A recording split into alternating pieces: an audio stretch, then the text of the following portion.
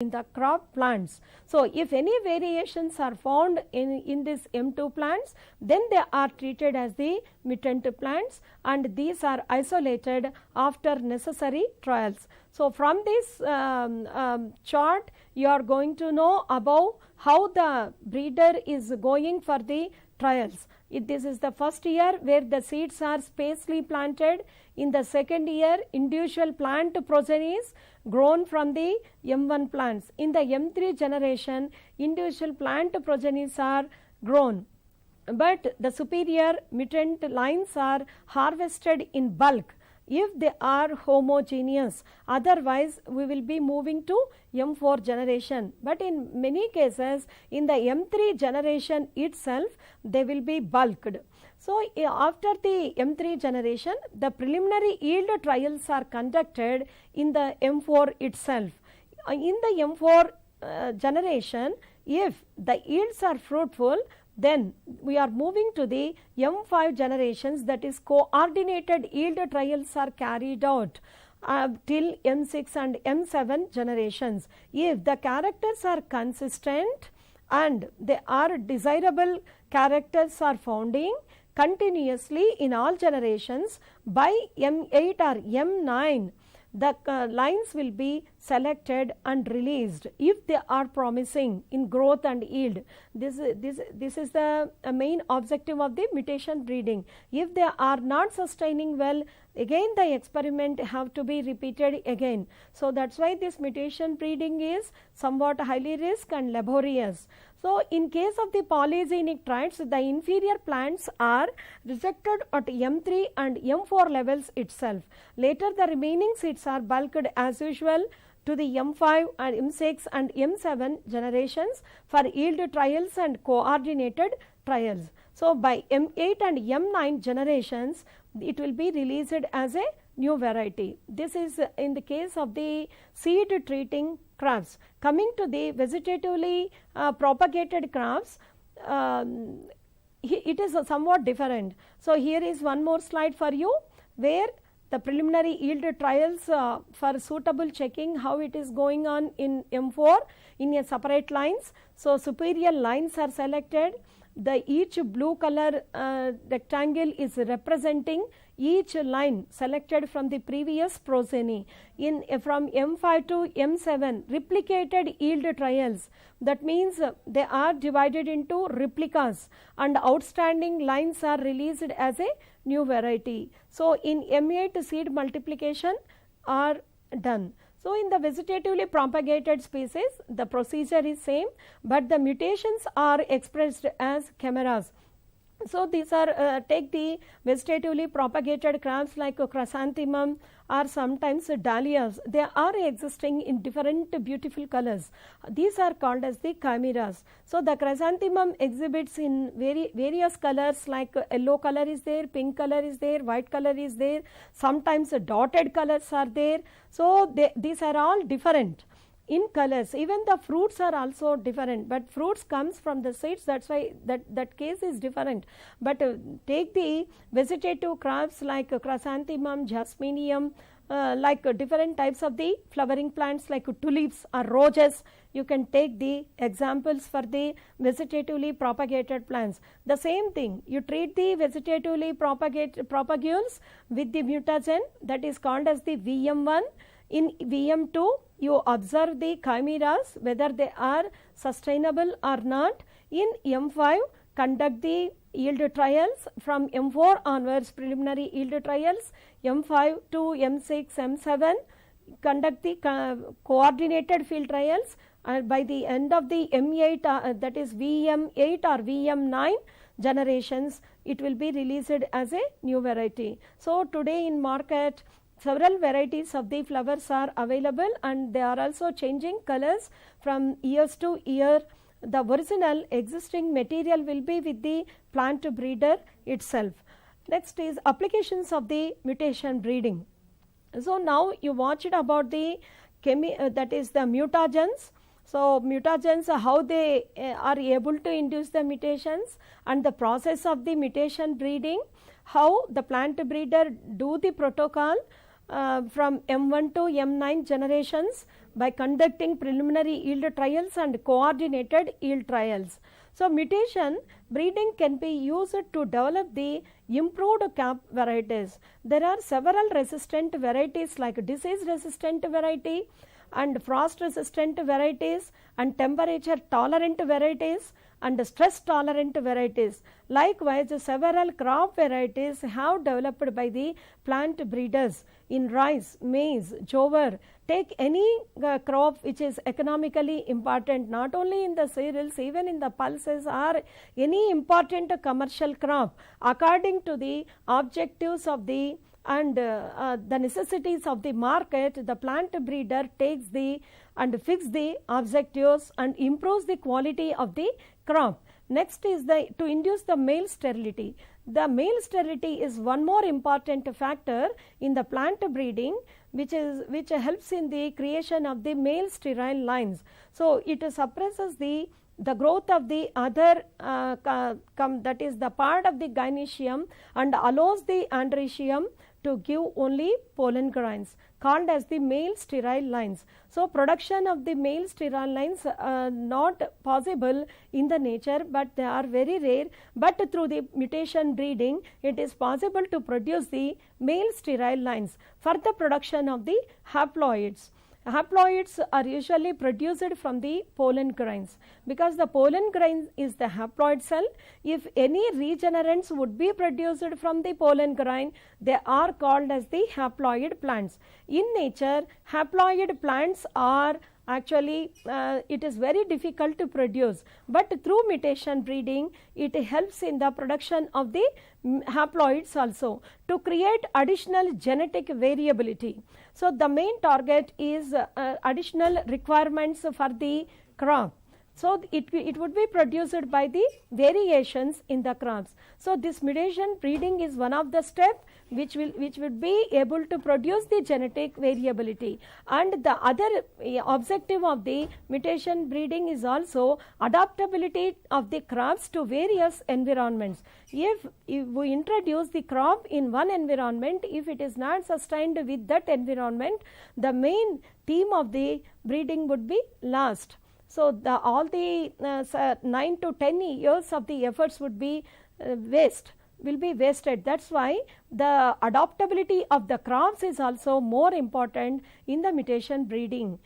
So, this is important, some of the important objectives, that is the characters like higher yield, short structure, earliness, stress resistant, and bold, that is seed size is also more important. These are the crops of the mutant varieties developed in barley, pea, groundnut and rice. So, you can take these as examples.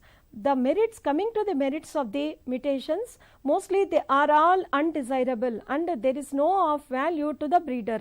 Many mutations are lethal. Sometimes the 50 dose is not suitable, then the plants would be dying. So, that is why all the mutations sometimes may be lethal to the plant material. The mutations rate is also extremely low. Then we have to improve the dose. Then we are discussing that the dose will be somewhat that is fatal or lethal to the organism. So, that this is also one of the limitation in the mutation breeding, and it is highly difficult to tolerate with the dosage of the mutagen. The stability of the mutant is also thoroughly tested by the preliminary yield trials and coordinated yield trials. So, otherwise these mutants have a tendency to revert. This is the serious lacuna in the mutants, that is their characters would be reverted if they are not properly checked out. That is why the preliminary trials and coordinated yield trials are highly essential for the plant breeder to check out the qualities, whether they are remaining in the generations together. Next is mostly induced mutations are recessive. That is why they have to be induced in a double dose to be expressed phenotypically. These are certain demerits of the mutation breeding. From leaving out the demerits of the mutation breeding, the mutation breeding protocol is one of the highly sustainable and efficient protocol for the plant breeder when there is a loss of hybrid vigor, or sometimes the crop variations are not fetching out, then this is only the final step by the plant breeder to improve the crop varieties.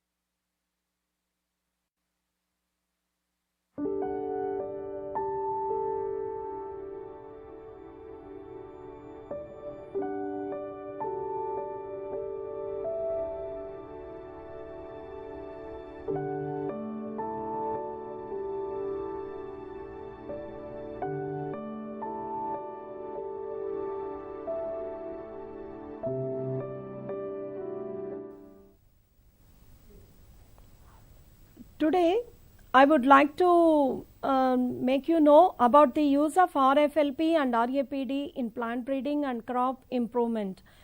So these are the two markers in the plant breeding technology. So recent advances made possible to identify the accurate genetic polymorphism. All these technologies enhanced the discovery of the genetic markers. The genetic markers are heritable differences in the nucleotide sequences of the DNA. Nowadays, there are available different types of the markers like morphological markers and molecular markers. We are discussing only molecular marker, that is DNA marker in this class. So there are two types of the DNA molecular markers are available. They are non-PCR based approaches and PCR based approaches are there. In non-PCR based approaches, RFLP is there, PCR based approaches, several molecular markers are there, RAPD, AFLP, SSR, SCAR, STMA and SNP, etc. are available today. Now coming to the RFLP, that is the RFLP is the restricted fragment length polymorphism, which is developed in 1980s by the Alec Jeffrey. So it is based on Southern blotting technique. It is used to analyze the variations in the length of the fragments that is developed from the DNA shearing. So to watch the variations in the DNA, the restriction endonucleases are used. The same endonuclease will be used for the different organisms, but the restriction endonuclease makes the cuts at restriction sites. So the restriction endonucleases and restriction sites plays an important principle in the RFLP, that is restricted fragment length polymorphism. It detects the differential movement of the bond on the gel lanes. So it is the first molecular technique developed based on the hybridization. So plants are able to synthesize their DNA or amplify their DNA with high accuracy and rapidly, but at the same time mechanisms are also available which can make the changes and they are operative at the same time. Simple base sequences or sometimes large scale changes like deletions, inversions and translocations or transpositions may occur in the genetic material. All these lead to the gain or loss of the restriction sites, which is leading to the restricted fragments of the genetic material, that is restricted fragments of the different length. These restricted fragments of the different length can be detected on the Southern blots using a suitable probe. So they are actually detected by the differential movement of the bond, that is band on the agarose, that is on the gel lanes collected from the different strains or species. The main steps involved in the RFLP technique is isolation of the DNA. After isolation, we have to cut the DNA using the endonucleases. Later, we separate those DNA fragments by using the gel electrophoresis. Then they are transferred to the nylon or nitrocellulose paper, which is the material generally used in the southern blotting technique. Afterwards, visualization of this special DNA can be done by the radioactively probed, that is radioactively labeled probes. So, finally, the analysis of the results are done. So, based on the principle, that is the restriction endonuclease principle, that is which makes the cuts at the restriction sites and makes the different length of the fragments. Because these restriction sites for a particular enzymes are present throughout the genome at several points. That is why the different length of the fragments are obtaining in the DNA digestion. This is the principle of the main principle of the RFLP while doing the technique. Next is that is this is here RFLP technique, where you are observing the different types of the bands. That is in the normal case you are watching the two bands, whereas in the disease case it is a special band which is displaying in the southern blot diagram. So, after gel electrophoresis, when it is radioactively labeled probe that is detecting the gel that is the RFLP band, then one more band is there in the diseased causing strain. The RFLP technique is here is also one more diagram for you, where the whole technique is running. And coming to the applications of the RFLP, we are able to isolate and identify the any type of the gene, and it will be linked to the RFLP locus. What is RFLP locus means? Each band, that is RFLP band developed in the RFLP technique, is called as the RFLP locus. So, these genes would be linked to the RFLP locus. It is a very simple technique, and it does not require any sequence specific information. It is a codominant marker. That is why it is used in the differentiation of the heterozygous and homozygous individual. So, it is a supplement to the regular plant breeding breeder as a indirect selection, and it is also used in the detection of the diseases. Coming to the limitations, large amounts of the highly pure DNA is required for the RFLP technique. It needs the good supply of the probes. So, with probes only reliably detecting the variation, that is why we have to give good supply of the probes. Without the good supply of the probes, there will not be detection of variations. That is why there is a need for the good supply of the probes. It is a laborious and expensive process, because it is difficult to identify a suitable marker for the genomic DNA or cDNAs. It is a time consuming because it is not amenable to automation. It requires lot of expertism, because it is there is a autoradiography procedure where there is a use of radioactively labeled process. So, that is why the RFLP, there are applications, that is advantages are also there and limitations are also there. However, it is the one of the efficient protocol to detect the polymorphism. Mainly it is used for the analysis of the genetic diversity of the populations or related species. That is why the RFLP is variously used by the several plant breeders. The next technique is RAPD, that is restricted amplified polymorphic DNA. This DNA marker is also useful in the plant breeding. So, these markers, this technique is actually utilizes the single short oligonucleotide primers of the 10 nucleotide base sequences for the RAPD technique for the amplification of the set of DNAs which are randomly distributed throughout the genome. That is why the name itself RAPD means randomly amplified polymorphic DNA. So these primers are used to amplify the DNA which are present randomly throughout the genome.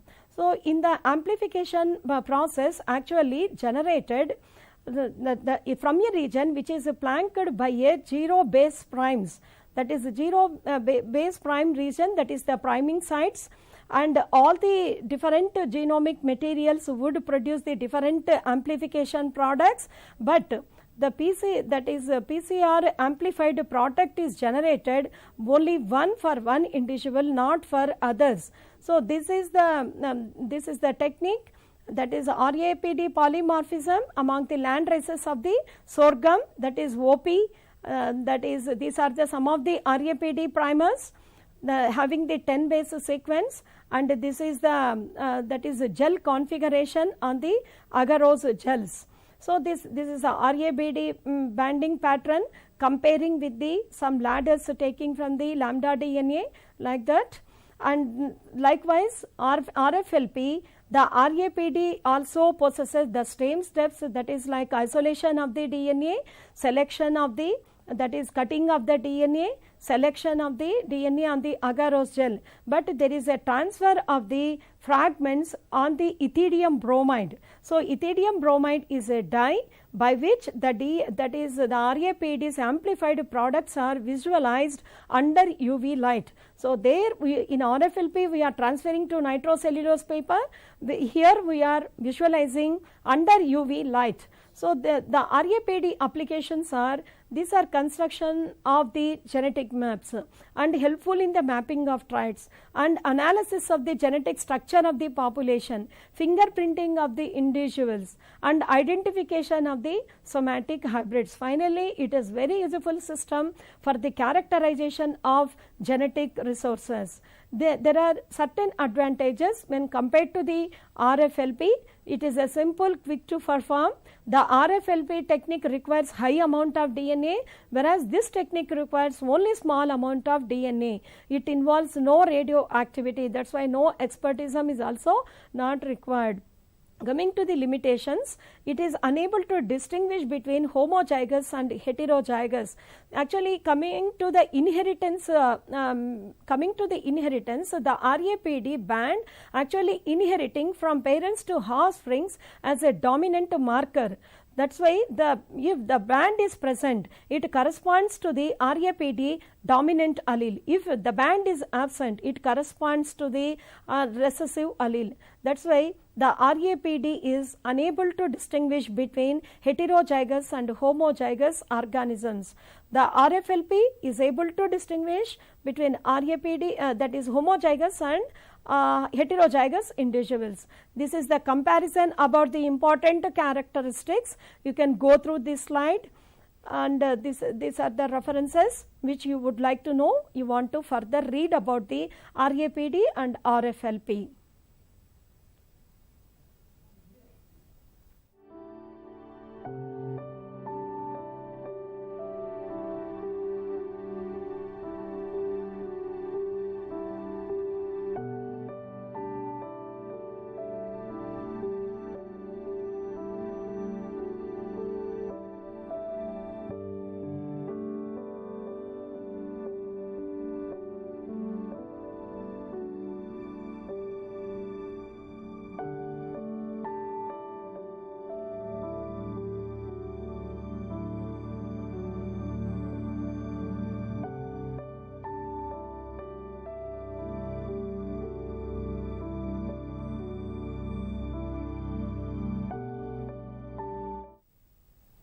My next topic, I would like to give information about the role of the somaclonal variations for crop improvement.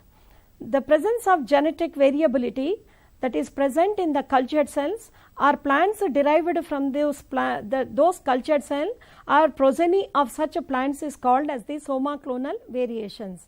in tissue culture, the plants derived from the cell culture or tissues are called as the soma clones. If variations are present in the soma clones, they are called as the soma clonal variations. So, simply the variations present in the soma clones are called as the soma clonal variations. The term was first used by the that is coined by the Larkin and Snowcroft in 1981, but the first report of morphological variations from the cultured cells regenerated from the tissue culture was given by Hinch and Mean in sugarcane. Later, the soma clonal variations are divided into the three types, that is based upon their features, that is based upon the derivation of the tissue. There are gametoclonal variations, variations observed from the plants, that is derived from the gametic cultures. They are further divided into androclonal and gynoclonal variations. If variations are found from the plants derived from the pollen cultures, they are called as the androclonal. If they are derived from the ovary culture, they are called as the gynoclonal variations. Caliclones means the variations are found from the progeny of the plants derived from the callus, likewise mericlones, protoclones. If they are from the protoplast culture, they are called as the protoclones. However, all these soma clonal variations are heritable mutations and they persistent in plant population even after plantation into the field. Coming to the mechanism of the soma clonal variations, all these variations are either transient or genetic. Transient means they are epigenetic. If they are genetic means all these variations are carried to the next generations. That's why these variations are more important in the crop improvement. In the genetic variations, already the pre-existing variations are present in the somatic cells or the explant of the tissue culture. Epigenetic means they are present in the earlier culture of the system, but usually they last when the regenerants are reproducing sexually. Origin of the soma clonal variations, how these variations are observed in the plant tissue culture. So, these variations are actually either oligogenic, that means they observed for the single trait or more than single trait at a time. They may be occurring either one of the following regions. That may be the first region is chromosomal abnormalities. You know that the chromosomal abnormalities occur due to the changes in the chromosome number or the chromosome structure. These are some examples, that is euploidy or aneuploidy, deletions, inversions, duplications, translocation. All these chromosomal abnormalities causes the genetic changes and makes some changes. The gene mutations, that the gene mutations are also one of the reason for the change in the genetic material. The plasma gene, that is the change in the plasma genes, activation of the transposable elements, DNA methylation, and the rearrangement of the cytoplasmic genes alters the genetic material in the culture conditions. Coming to the advantages of the soma clonal variations. So, the origin of the soma clonal variation may be either spontaneously or sometimes it can be induced, like mutation breeding. But the advantages when compared to the mutation breeding, there are certainly the soma clonal variations shows advantages far more better than other breeding methods. The frequency of the variation is high under in vitro conditions when compared to the spontaneous mutations or induced mutations. The time is also required very less in release of a new variety when compared to the other protocols like hybridization and selection.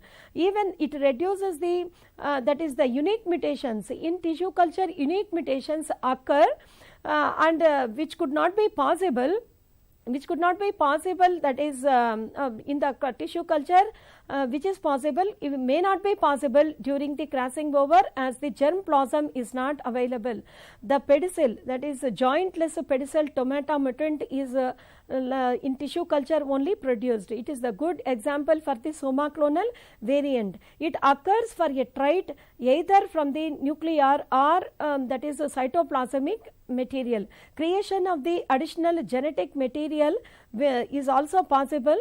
There will not be any drastic changes in the genetic material. Next is it saves time by reducing the prolonged procedures of the hybridization and selection. It is a highly efficient protocol because it screens a larger number of the clones at a time within the short period of time and with less time and labor. So it is the simple and the cheapest form of the plant biotechnology when compared to the plant that is somatic hybridization and transformation. Variations can be selected at cellular level only in soma clonal variation, which is not possible at the plant level. Coming to the disadvantages of the soma clonal variation, a serious disadvantage occurs in the operation, that is the exploitation of the tissue, that is in vitro propagation or micro propagation methods, where the main objective is to produce uniform true to type individuals. So there is a limitation with the soma clonal variation where the changes continuously happening in the cell culture system, and sometimes it leads to the undesirable results like poor performance, poor growth is there, sometimes the fertility rates are also reduced, and it requires extensive field trials, and extended field trials are also necessary for the soma clonal variations, whether the variations are continued for generations to generations, and no suitable even the complex agronomic traits like yield, quality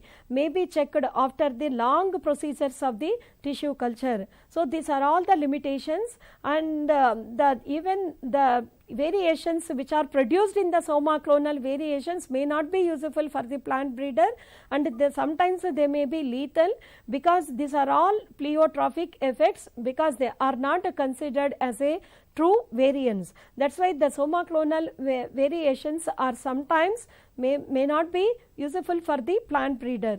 There is that is reduced or no regeneration capacity of the resistant clones. So the soma clonal clones, the soma clones mainly they are of reduced growth generation by generation, and even finally the regeneration capacity also lost in the cultures. That's why they are considered as the poor regenerants. Applications are applicable to only those species whose cell cultures regenerates complete plantlets, then only the soma clonal variations would be useful. Otherwise, if they would not be regenerated into new plants, the whole that is aim of the soma clonal variations will be useless, and they show some undesirable genetic changes like reduced fertility, growth, and poor performance. These are the main limitations of the soma clonal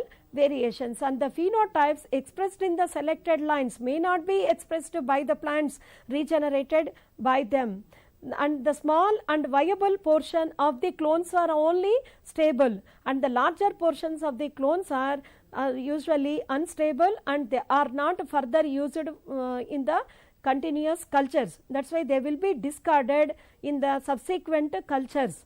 Only few cultures are taken for the next regenerants, and most of the variants are not at all novel, and they are not useful for the plant breeder. There is a poor correlation between the that is glass house and field performance of the soma clonal variants. So that's why also the analysis of the soma clonal variants, they do not give good results, and the superior varieties like agronomical traits by screening of the progeny of the tissue culture or regenerated plants only can be done. Finally, coming to the application, there is a increased and improved production of the secondary metabolites. Not the complete plantlets of the regenerants is not possible through the soma clonal variation, but there is a increased and improved production of the secondary metabolites. Selection of the plants resistant to the various toxins, herbicides, and salt tolerant and mineral toxicity, important resistant tolerant plants can be produced through the somaclonal variations. That's why it is suitable for the breeding of the plant. Here is a slide showing the examples of the somaclonal variations in some crops.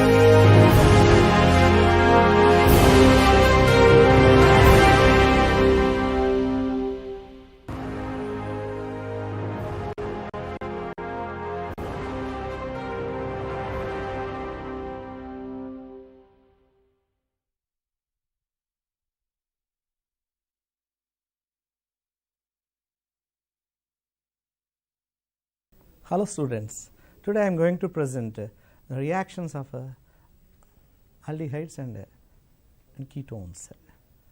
Now I am going to deal with Baeyer-Villiger oxidation. You know that the aldehydes and ketones are carbonyl compounds. They are compounds in which tetravalent carbon is bonded to divalent oxygen through double bond, and one of the valency is fulfilled by an alkyl group. The fourth valency may be an alkyl group or a hydrogen. Suppose if the fourth valency is a hydrogen, then we call them aldehydes, and if the fourth valency is another alkyl group or the same alkyl group, then we call them ketones.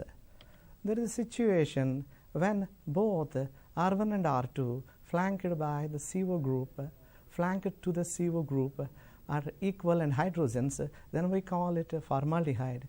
It is the first member of the homologous series. You know, when R1 and R2 are both methyl groups, then we call the compound acetone. Now you also have aryl aldehydes and ketones.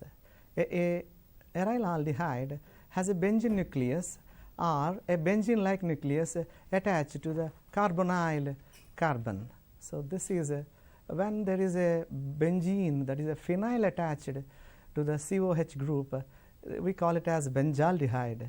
And when two benzene nuclei are attached to the carbonyl group, then we call it as benzophenone. So these two represent aryl aldehydes and ketones. Now there is one more thing. When there is a cyclic compound which is having a keto group, then it is called an alicyclic ketone, and its name in the example shown to you is cyclohexanone. There is one more to this. Suppose if the ketone is having an alkyl group and also an aryl group, then we call it as an aryl alkyl ketones, and they are very important group of compounds. The Baeyer-Villiger oxidation that I am going to deal today will be dealing with these aryl alkyl ketones. Now the aryl alkyl ketone shown to you in the picture is acetophenone. Now what and how does aldehydes and ketones react? Carbonyl compounds primarily undergo nucleophilic addition reactions. You all know this, but this nucleophilic addition may be either direct attack of the nucleophile or through enolate attack. And now there are two ways. The lesson today that I am going to present you will deal with direct nucleophile addition and addition through enolate attack. Now both of them are represented by an example of ammonia attacking the carbon, the electron deficient carbon. This is an example of a direct attack, and another example is the enolate attack where the aldol is formed. It is shown in the second example. Now I am going to deal Baeyer-Villiger oxidation. Whenever we try to learn a new reaction, we try to go from known to unknown. Any learning should be from known to unknown, and I am quite sure that you are all very familiar with aldol reaction. Baeyer-Villiger is relatively an unknown reaction to undergraduate students. That's why our journey would be from aldol reaction to Baeyer-Villiger reaction. I know that undergraduate students are very much familiar with aldol reaction, which they are exposed to at a +2 level. Hence, aldol reaction is taken as a lead compound or lead reaction. You can see the stabilization of the nucleophile through keto-enol tautomerism. You can see the keto form on the left hand side of the representation of the equation, and on the right side there is an enolate ion. It is an enolate ion. It is the enol form of the acetone acetaldehyde that I am going to deal. Now, when you go further, you know that aldol reaction is the addition of enolate form of the nucleophile on carbonyl carbon of an aldehyde or a ketone, whereas Baeyer-Villiger is the addition of nucleophile on the carbonyl carbon of a ketone. Now, what is the difference between the Baeyer-Villiger oxidation that we are going to learn today and aldol reaction? In aldol, no separate reagent is required. You know that aldol is a coupling reaction where nucleophile is generated from a molecule of the same carbonyl compound, which is the substrate. In Baeyer-Villiger, a separate reagent like a peroxide, also called as a peracid or peroxide catalyst, is required. Now, in Baeyer-Villiger, the reagents that we use are metachloroperoxybenzoic acid, which is called as MCPBA, and TFPAA, which is trifluoroperoxyestic acid. I am going to depict MCPBA by replacing chlorophenyl moiety with R for simplicity. Now, what is Baeyer-Villiger oxidation? It is a reaction in which a ketone is oxidized with a peroxy acid to an ester. You can see the ketone that is given as containing two alkyl groups, one of which is a bulkier alkyl group, and you can see the bulkier alkyl group migrating to the oxygen side. Now, Baeyer-Villiger oxidation can also be a conversion of a cyclic ketone into a lactone. Whenever there is a cycloketone available, when it becomes an ester, and it is since it is a cyclic, you call it as a lactone, and here the example given is a delta lactone, alpha, beta, gamma, and delta. Now, the mechanism of Baeyer-Villiger oxidation starts with ionization of the peroxy acid. You know that the peroxy acid gives an anion of the acid. Now, the proton released in the ionization attacks the oxygen and makes the carbonyl carbon much more electron deficient. This means the carbonyl carbon has become more electrophilic. Attack of the nucleophile, that is anion of the peroxy acid attacking the electron deficient carbonyl carbon, giving rise to an intermediate which is known as Kriege intermediate. Kriege is a scientist, and this intermediate has been isolated by Kriege. Hence, it is given the name Kriege intermediate. Migration of the bulky group takes place in the next step. Now, the migration will be to the peroxide oxygen with the simultaneous leaving of the acid. This happens in a concerted fashion, that is, bond breaking and bond making will happen simultaneously, and after the elimination of the proton you get the product.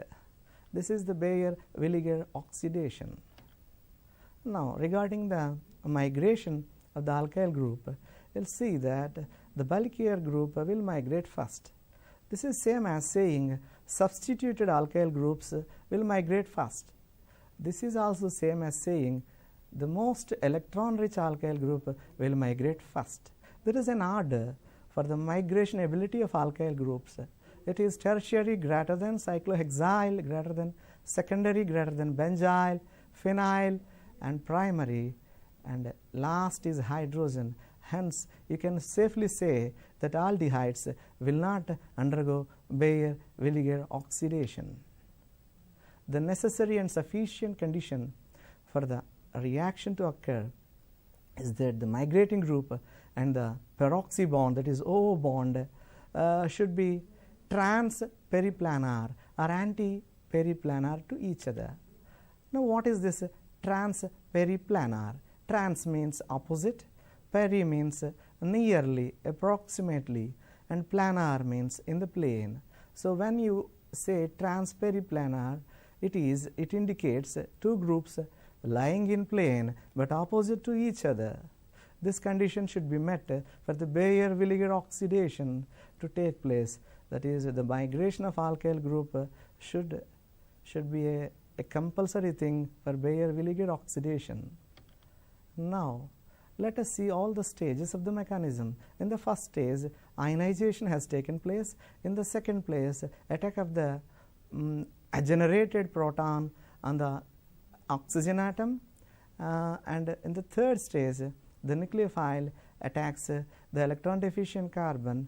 In the fourth stage, Craigie intermediate will self-organize in a concerted fashion to leave out the acid moiety and with the simultaneous migration of the alkyl group, bulkier alkyl group. And in the last stage, the proton is eliminated to give the product. Now, the Baeyer and Villiger oxidation was proposed, was actually made possible by Baeyer and Villiger, two famous scientists. You know that Adolf von Baeyer was one of the most illustrious organic chemists in history. He contributed to the commercialization of synthetic indigo. Bayer's other claim of fame is his synthesis of barbituric acid. It was named after his girlfriend Barbara. It sounds great, but it is the reality. Now, Bayer's real joy was in his laboratory, and he deplored any outside work that took him away from his bench. In chemistry, bench means a chemist works on on his table, having his chemicals and all utensils and apparatus. That is called workbench of a chemist. And for Bayer, it is everything. He has to spare most of his life at the workbench, and he has served for almost 50 years before he was awarded Nobel Prize in 1905 at the age of 70. Now, his student Victor Villiger was born in Switzerland. He went to Munich to work with Adolf von Baeyer for 11 years before Baeyer was awarded a Nobel Prize at the age of 70. And together they have published this Baeyer-Villiger oxidation, which was a very famous reaction, and it was a very old reaction. It was the publication was done in 1899 in an European journal, and it was very famous reaction at the time. Even today also, you can see the Baeyer-Villiger oxidation being taking place in many natural processes and in the synthesis of natural products through artificial means. So that is the importance of Baeyer-Villiger oxidation. I hope students, you are very clear with two reactions, the one which you already know, which is aldol reaction, and the second one which you were taught today, that is Baeyer-Villiger oxidation. I hope you are very clear.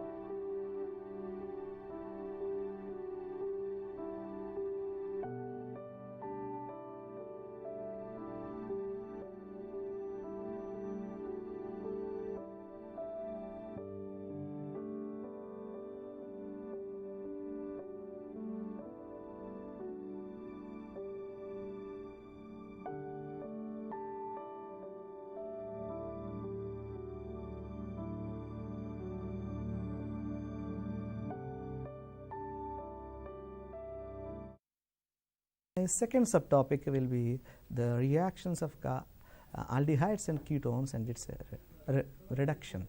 Now I am going to deal with Clemmensen and Wolff-Kishner reductions. What is a reduction reaction? Reduction of a compound, an aldehyde or a ketone, is the deoxygenation of carbonyl oxygen followed by hydrogenation in presence of a reducing agent. Now, whenever a carbonyl group is oxidized, you get a methylene group. CH2. You can see this in the pictorial representation. Now, for today's class, I have divided the reductions into two: Clemmensen and Wolff-Kishner reduction. Although Wolff-Kishner reduction was came into limelight much earlier than the earlier one, but I am going to present the first reduction reaction as Clemmensen reduction. The conversion of carbonyl compounds into hydrocarbons in presence of zinc amalgam and hydrochloric acid is the Clemmensen reduction. So, zinc amalgam, what is this zinc amalgam? When you mix or combine, when you mix zinc and mercury, you call it as amalgam. Mercury gives a solution. It gives a homogeneous solution. Now, when this is used along with the hydrochloric acid, you get the required conditions, that is hydrogen is generated, and you get the methylene group where the acetophenone, that is a ketone, giving a hydrocarbon. Now, why you are using mercury? What is the role of mercury? Zinc dissolves in mercury, forming zinc solution. This is the catalytic surface for the reduction reaction. So, zinc amalgam will provide the catalytic surface for the zinc to be spread uniformly. Zinc atoms will be uniformly spread in the amalgamated solution. Under normal conditions, zinc releases molecular hydrogen to the surroundings, but the amalgam ensures that the nascent hydrogen is entrapped in between the zinc atoms. You can see the entrapped hydrogen in between the zinc on the surface of the zinc amalgam solution. Now, the carbonyl oxygen is removed through contact with the zinc atoms as a zinc oxide, and the entrapped nascent hydrogen on contact with unsaturated carbon hydrogenates it. You can see this in the pictorial representation.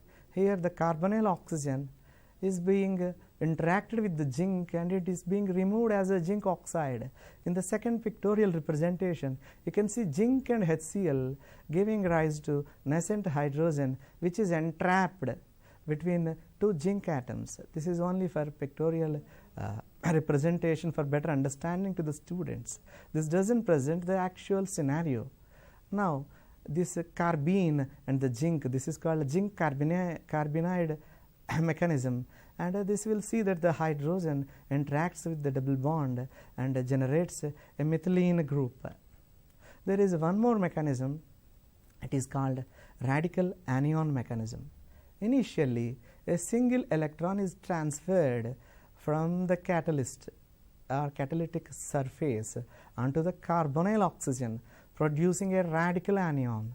At the expense of the pi bond, the pi bond is broken and you get a radical anion, because when electron is abstracted by the oxygen and the oxygen becomes a negative charged ion and the radical is there at the carbon, that is an electron is there at the carbon. So, it is a radical anion. Now, in the second stage, the proton is added along with an electron, which is effectively the addition of a nascent hydrogen. When I say nascent, it indicates newly born. So, the zinc and HCl interact and produce a hydrogen, and there is an electron also trapped on the surface of the catalyst, and you get a radical anion. After that, you are getting the hydrogen attached to the carbon. In the next stage, carbonyl oxygen leaves and chlorine is added simultaneously, that is in an SN2 fashion. That is a concerted mechanism. Now you got a chlorine attached to the carbon. In the next step, an electron is it will make that the chlorine is and the chlorine bond, the CCl bond is broken, and you get a free radical once again. And this free radical will interact with the nascent hydrogen, giving completing the transfer. So I am very sorry to say that the arrowhead should point towards the product, that is towards the right side. I hope you can understand that. Now, reduction of acetophenone to the corresponding hydrocarbon. I want to give an example of acetophenone being reduced to a hydrocarbon. You can see in the first step electron abstraction, followed by radical anion generation, followed by hydrogen atom abstraction, followed by SN2 mechanism, followed by chlorine detachment through bond fission, homolytic bond fission, and then in the final stage again hydrogen abstract leading to the product which is an ethyl benzene. So in effect an acetophenone, a ketone, is being transferred into an ethyl benzene, an alkyl benzene. Now limitations of Clemmensen reduction. Reduction takes place in strong acidic medium, hence the compounds that are unstable in acidic medium cannot be reduced by Clemmensen method. Aryl aldehydes and aryl alkyl ketones are easily reduced, whereas aliphatic carbonyl compounds require anhydrous conditions. Now let us remember Clemmensen, because he has done immense service by giving us the very important reaction where hydrogen is added to the CO group, giving rise to methylene. So Clemmensen was born in Denmark. He received his MS degree from the Royal Polytechnic Institution in Copenhagen. In 1900, Clemmensen immigrated to the United States. Almost all the famous scientists of those times used to immigrate to America. He worked at Davies and Company, which is now called as Pfizer, and where he discovered the reduction of these compounds with amalgamated zinc. Now you know that it is a very famous reaction, and several hundreds and thousands and millions of compounds were reduced. And he has presented his work through his paper in a journal in 1837. It was a very older reaction.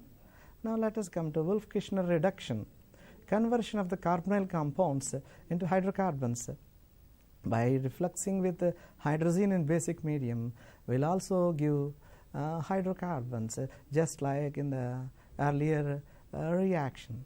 So here also I am taking acetophenone, and the medium is a hydrazine. You can see the hydrazine in potassium hydroxide. It is a basic medium. It is an alkaline medium. The earlier one is an acidic medium.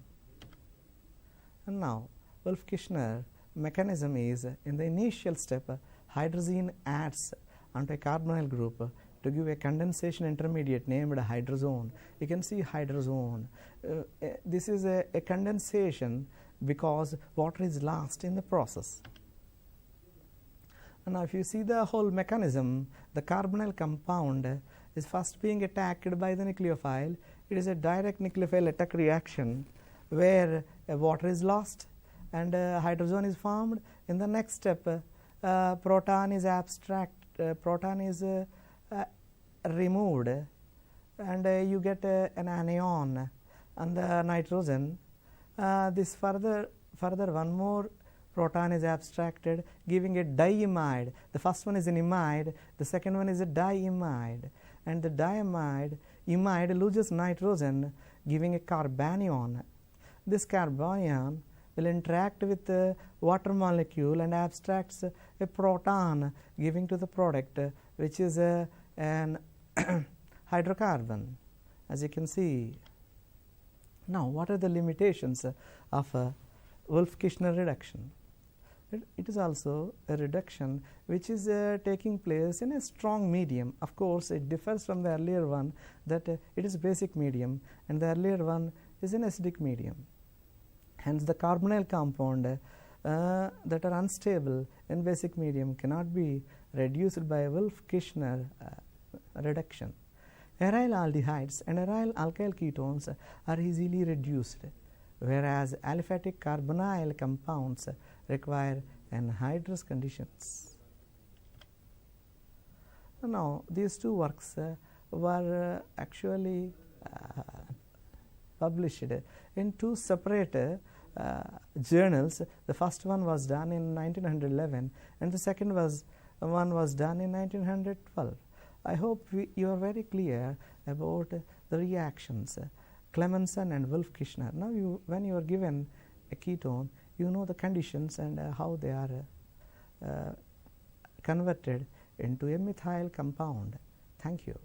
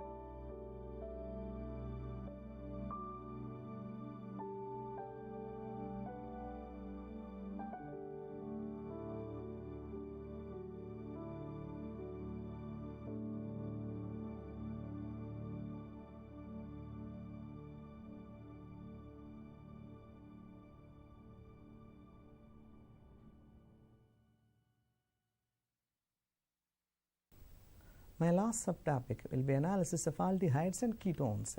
You know what is analysis. Let us see what is analysis. Analysis is detailed examination. Analysis involves identification, that is both qualitative and quantitative.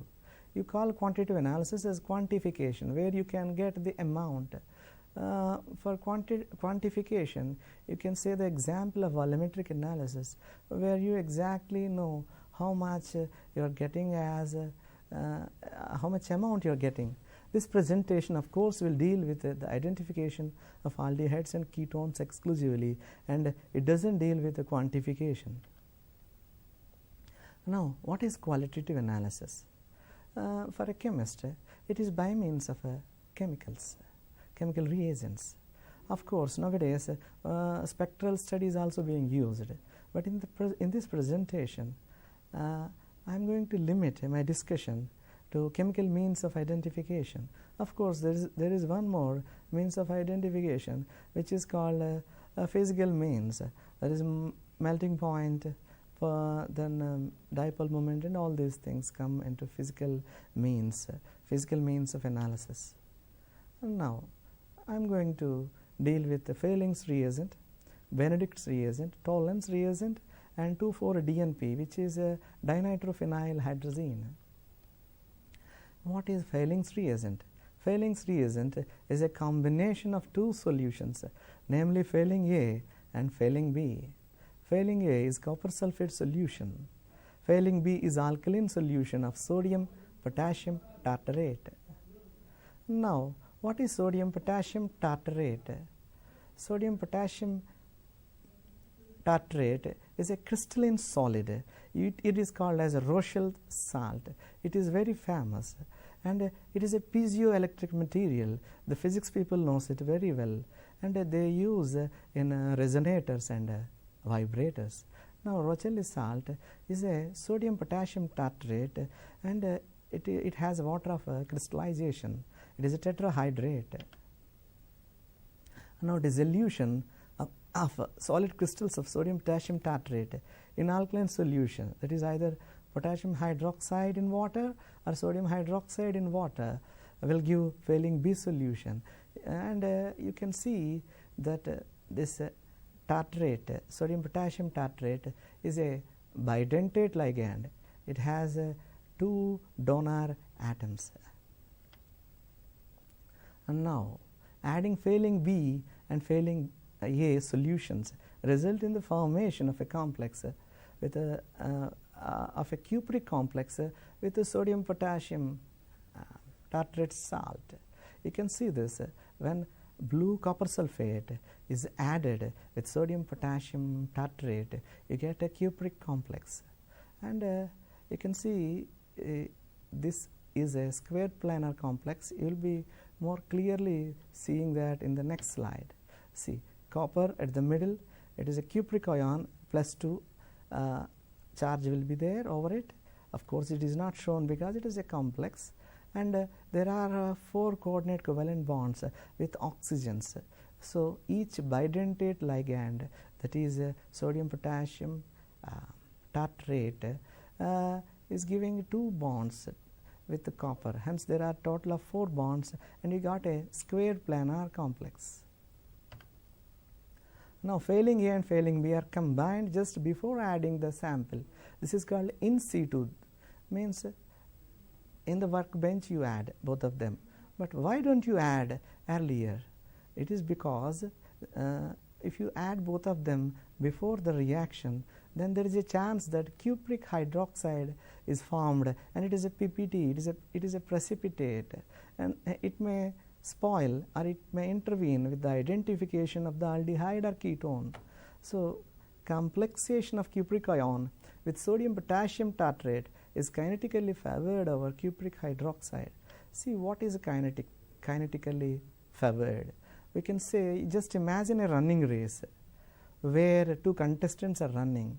Suppose contestant A, that is copper sulfate combining with Rochelle salt, has reached the destination first. You say that it is the winner of the run. So when I say kinetically favored, I mean to say that it is formed first. It has won the race with cupric hydroxide. So the formation of the cupric hydroxide will take longer time. And now when the sample is introduced into the failing solution containing failing A and failing B, which is blue colored, and it is warmed over a water bath for a few minutes, you get a red colored precipitate. Sometimes it may be a reddish brown. It depends on the aldehyde or ketone that is used. So generally I am depicting this with a red coloration. The colored precipitate indicates the presence of aldehyde group in the given sample. And now what is the chemistry behind the failing test? You can see an aldehyde reacting with a cupric complex in presence of alkaline medium, that is 5 hydroxyl ions are depicted here. It is only for stoichiometric purpose, and you get a carboxyl acid, the anion of the acid, and a red precipitate which is cupric ion. So what is happening effectively is that the O is being attached to the C double bond O group. Hence the formation of an acid is possible. In this case it is an acetate, and the reagent which is added has been released in the final stage. Now alpha hydroxy ketones also respond because CC bond cleavage is possible due to the presence of OH group, hydroxyl group at alpha position. So when failing reagent is added to the alpha hydroxy ketone, you get a red precipitate. Now what are the limitations of failing test? Failing reagent is a mild oxidant. It cannot oxidize ketones to carboxylic acids. Hence ketones do not respond to failings test. But alpha hydroxy ketones respond to failings test because CC bond cleavage is possible in this case. Limitations of failing tests, some more limitations are there. Ketones does not form carboxylic acids with same number of carbon atoms. There is CC bond cleavage issue because failing solution is a mild oxidant, as already has been told to you. So failing reagent will not give will not respond to a ketone. Now, strongly alkaline, there are few more limitations. Strongly alkaline solution or failing solution may destabilize some susceptible carbonyl compounds. Hence, milder alkaline conditions are employed, replacing sodium hydroxide or potassium hydroxide with a sodium carbonate. This is a milder base. The modified reagent is called Benedict's reagent, and I am going to deal with the Benedict's reagent. It is an alkaline solution of copper sulfate complexed with citrate, and the alkali or the base used is sodium carbonate. Citrate is a tridentate ligand. Tartrate, remember, it is a bidentate ligand. Now it is a tridentate ligand. Hence, the copper complex formed will be hexavalent, giving an octahedral complex. Now, I am not showing you the complex exactly, but I am showing two citrate moieties entrapping copper, cupric ion. So, this is the main aim. Cupric ion is being protected without the formation of the cupric hydroxide, which is a PPT. So, that means a precipitate. Now, the next one is, you can see this cupric citrate complex is also a blue colored complex, and when you add the aldehyde sample, ketones will not respond to this test also. So, when you add the sample and warm it for few minutes or a water bath, you get a red color precipitate, which is the formation of a cupric oxide. So, Benedict's reagent is a milder oxidant. It cannot oxidize ketones to carboxylic acid, similar as Fehling's reagent. Hence, ketones do not respond to the test. Alkalines, my next reagent would be Tollens reagent. It is an alkaline solution of ammonical silver nitrate. It is prepared by adding silver nitrate to sodium hydroxide, and you get a precipitate when you add a silver nitrate to sodium hydroxide. This is due to the formation of a AgOH. You dissolve this by adding excess ammonia solution, which is NH3. The dissolution is due to complexation. You get an amine complex of the silver, a silver complex of the amine, diamine silver. Silver ions present in the complex oxidizes aldehyde to the carboxylic acid, and itself getting reduced to silver. You know, metallic silver has a luster, you know that. Hence, in the test tube you can see the lustrous silver atoms attached to the test tube. The metallic silver is seen as a silver mirror on the walls of the test tube. See, this picture depicts metallic silver. The first left hand side test tube depicts metallic silver, whereas the other sample where ketone has been used, this is not responding to the Tollens reagent test. Now, what is the chemistry behind Tollens reagent test? It is similar as Fehling's and Benedict's. The only difference is the reagent and a generation of ammonia, and also silver, which is a metal, and it has, as already seen, it is lustrous. So, you got the same carboxylate ion, which is acetate here. And now, let us see one more reagent, which is a 2,4-DNP. DNP is dinitrophenyl hydrazine. This reacts with both aldehydes and ketones. Unlike this earlier reagents, 2,4-DNP reacts with both aldehydes and ketones to give the corresponding hydrogens. Carbonyl derivatives of 2,4-DNP reagent are crystalline solids with a definite or specific melting points. And you know that melting point is a very important indicator of the purity of a compound. It is unique for a particular compound.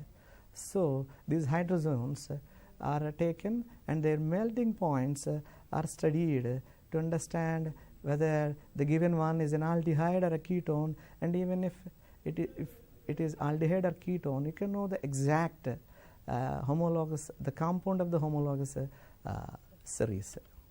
So, this is in effect the overall reactions of aldehydes and ketones. And my dear students, I hope you have now an idea of Baeyer-Villiger oxidation, some reduction reactions and everything. Thank you very much for giving me this opportunity.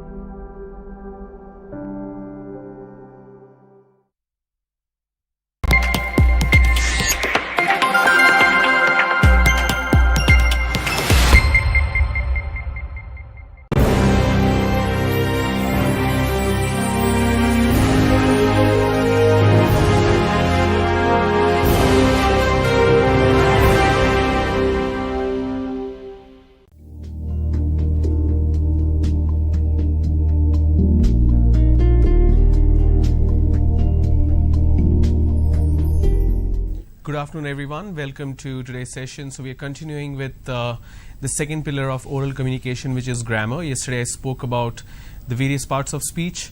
I gave you examples on noun. So today we're going to talk about pronoun and adjective, adverb, and so on and so forth. In the later part of the session, we're going to have the call lines open. So if you're watching this either on YouTube live or Mana TV live, please dial the number. You will see the number little later. So you can call and ask your questions, anything in terms of pronunciation or grammar for English communication. So let's begin. We are talking about pronoun. Like I said, pronoun is a substitute for noun. You can't be using noun again and again. So that's why we have pronouns which substitutes the noun. So it's a part of speech which is used in a place of noun or noun phrase to avoid repetition. Examples of pronouns: I, you, we, they, he, she, it, me, us, them, him, her, this, those. So sentence as an example: Mohan is tired, he wants to sleep, but I want him to finish the assignment. So instead of using the Mohan name again, for example, if I say Mohan is tired, Mohan wants to sleep, but I want Mohan to finish the assignment, instead of using the name again twice, I can use pronouns, which is he wants to sleep, but I want him to finish the assignment.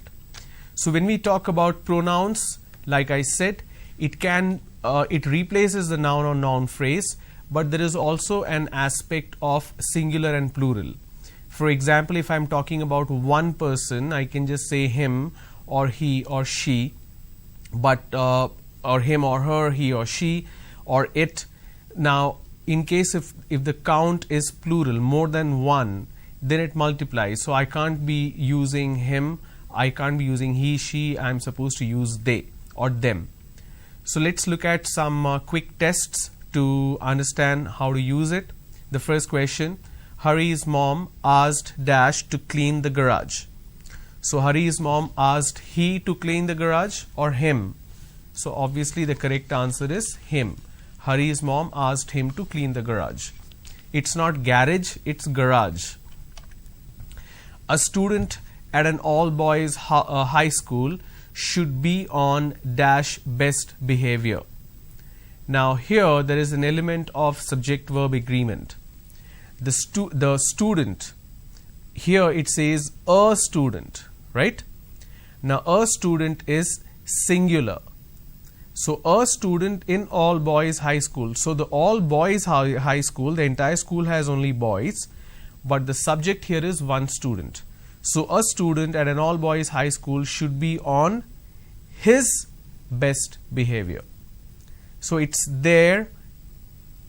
THERE is also there. THEIR is also there. Let me quickly clarify this. A lot of people do not understand and they interchange this. Okay. So there, THEIR is a possession noun. There is a preposition.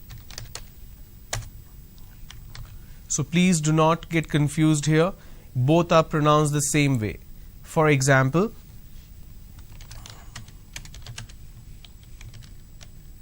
let me zoom this.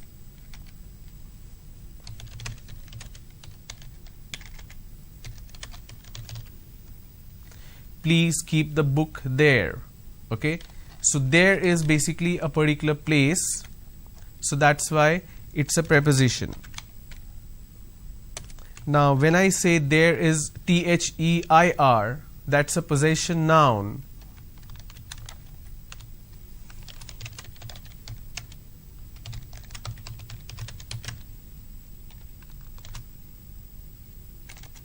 The group will arrive at 8 p.m.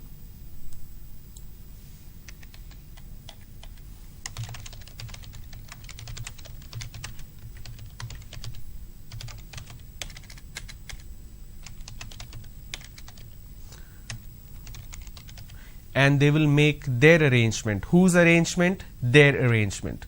So THEIR is a possession noun. THERE is a preposition. So don't get confused there. So a student at an all boys high school should be on his best behavior. Neither Mary nor Dash knew why the store was closed. Now whenever you have neither Mary, it should be nor I. Now here is an important element which you need to understand. In case if I am talking about more than one person, that includes me as well. So I as a first person. So here is an example. So if I am talking about 2-3 people or even 2 people, and that includes me in the list, we always make a mistake. We put ourselves in first, or we use ourselves first person as I. For example, Harsha, Subhash and me went for shopping. Now that sentence is incorrect grammatically. Let me show you why it is incorrect.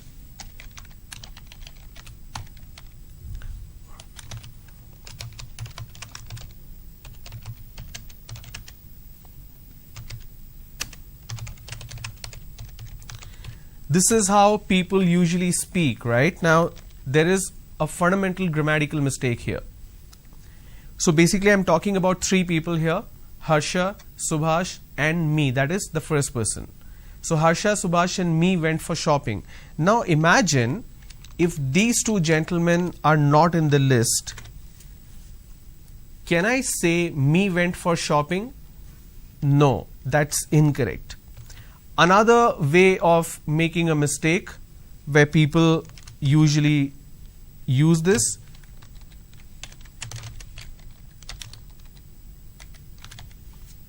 me, Harsha and Subhash went for shopping.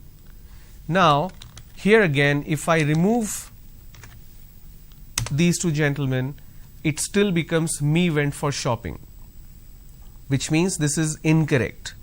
So what am I supposed to do? The correct form is I went for shopping. Now whenever you are talking about one person, that is yourself, first person, I went for shopping is fine. But in case if I am adding another person, even 1 or 2, so it becomes Subhash and I went for shopping, or I can add more number of people, Harsha, Subhash and I went for shopping. So whenever you're talking about yourself in a group and you have to specifically mention the persons as well as yourself, you will always, or the first person will always be in the end.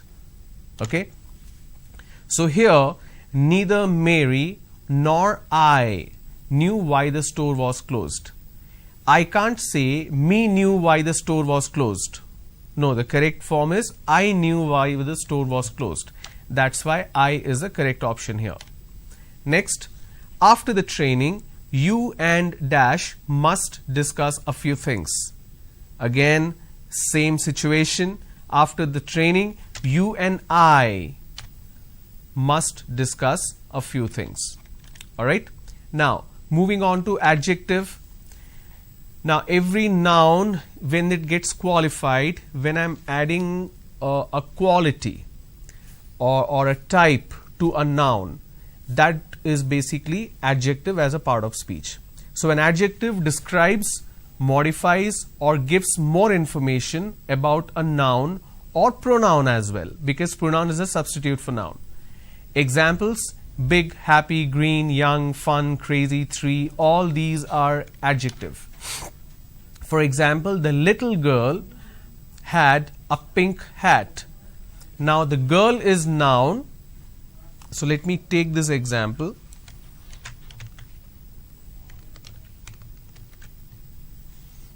Okay.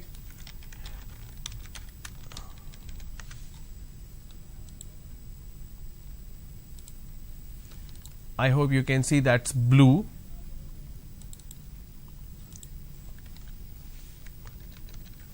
Okay, so the blue is nothing but your noun.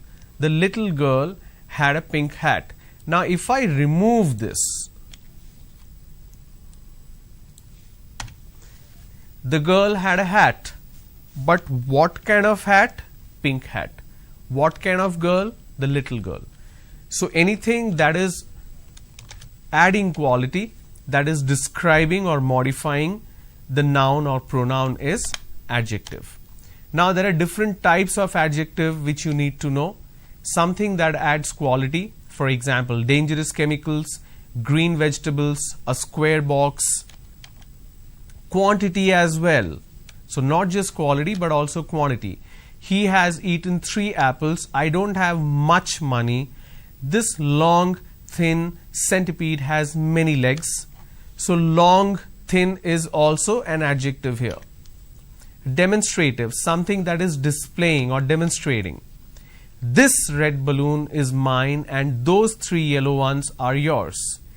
This cute baby is his brother, that cute baby is his sister. So anything that is denoting something is also an adjective. Now adjective in terms of singular and plural also you need to know. For example, my will become our, your will remain same, his, her, its. Remember I spoke about the possessions, so that's a possessive noun for adjective. Now here are some more examples to quickly test your knowledge. I dash a new bike yesterday. Please make a note of this question. Think and tell me what is the correct answer.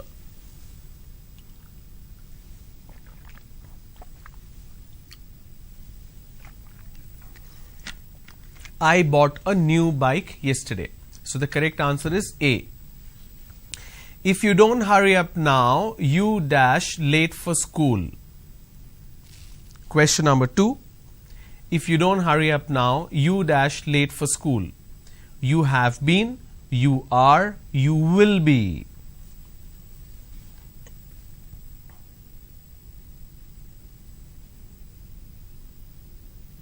Okay, the correct answer is C, you will be. If you don't hurry up now, you will be late for school. Number 3, I would spend my holidays in London if I dash enough money.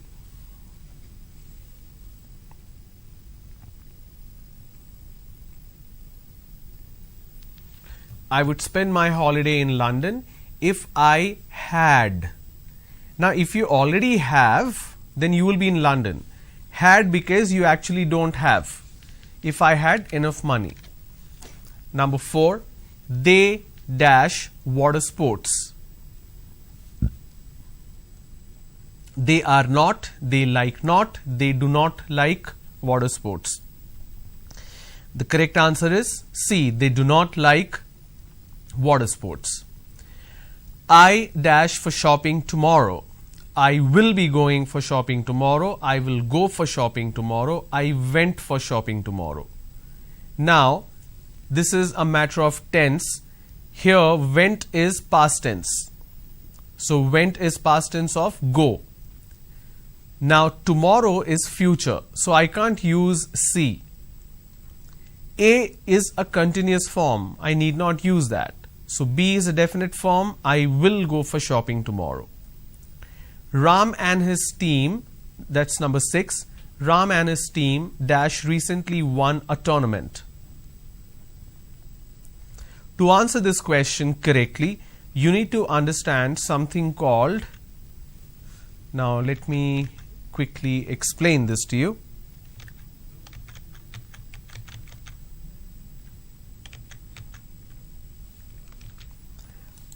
I'm not sure how many of you have heard this particular term.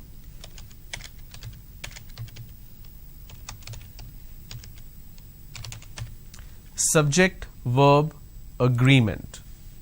Now what do we mean by subject verb agreement? Let me quickly demonstrate that to you.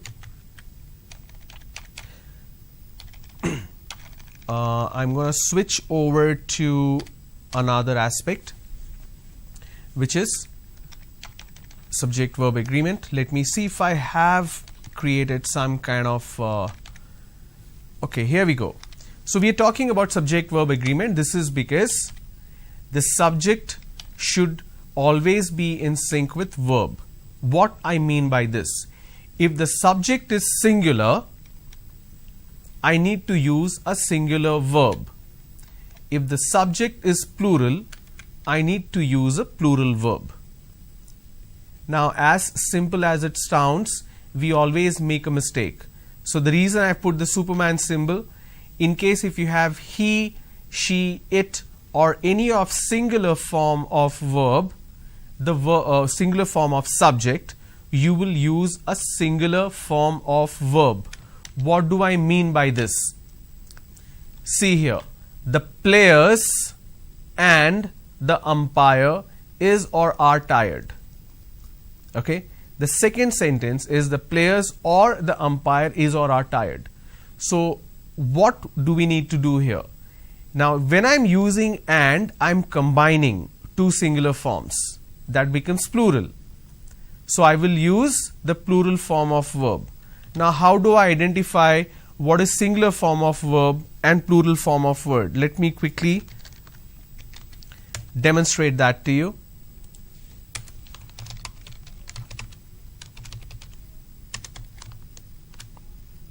So if you want to use a singular verb, add s.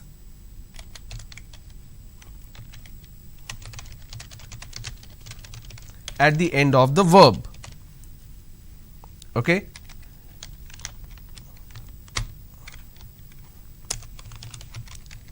Example, plays, works, sings. Now in case if I have to use the plural form, now when I have to use a plural form, if I have to use plural form, drop the s at the end of the verb, which means if I have to talk about the same examples, I will remove the s at the end of the verb. So remember it that way. If it's a singular verb, add s. If it's plural verb, drop the s. So in case if your subject is singular, use s at the end of the verb. If the subject is plural, drop the s at the end of the verb. Okay, let me show you some examples to help you understand this better.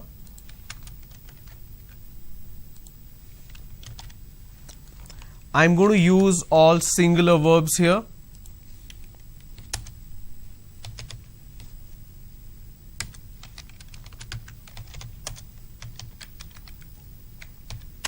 He plays cricket.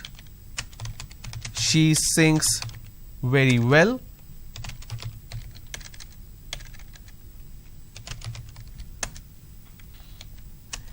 It rains every evening. So if you pay attention to the verbs here, action, I am adding an s at the end of it because my subject is singular. Now if I have to use a plural verb, plural subject, they play cricket. They, or for example, she is singing very well. Now that my subject is plural, I just say they are singing very well because are is a plural form of is. It rains every day.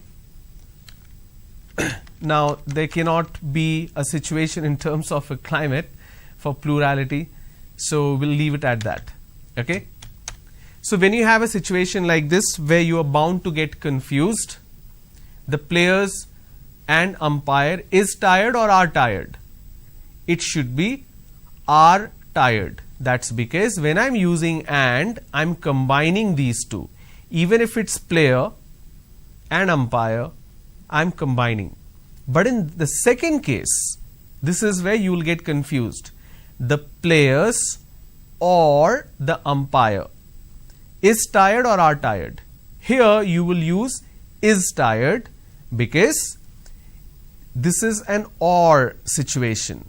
So if it is or, after the or, the subject, the closest subject is umpire, which is singular form.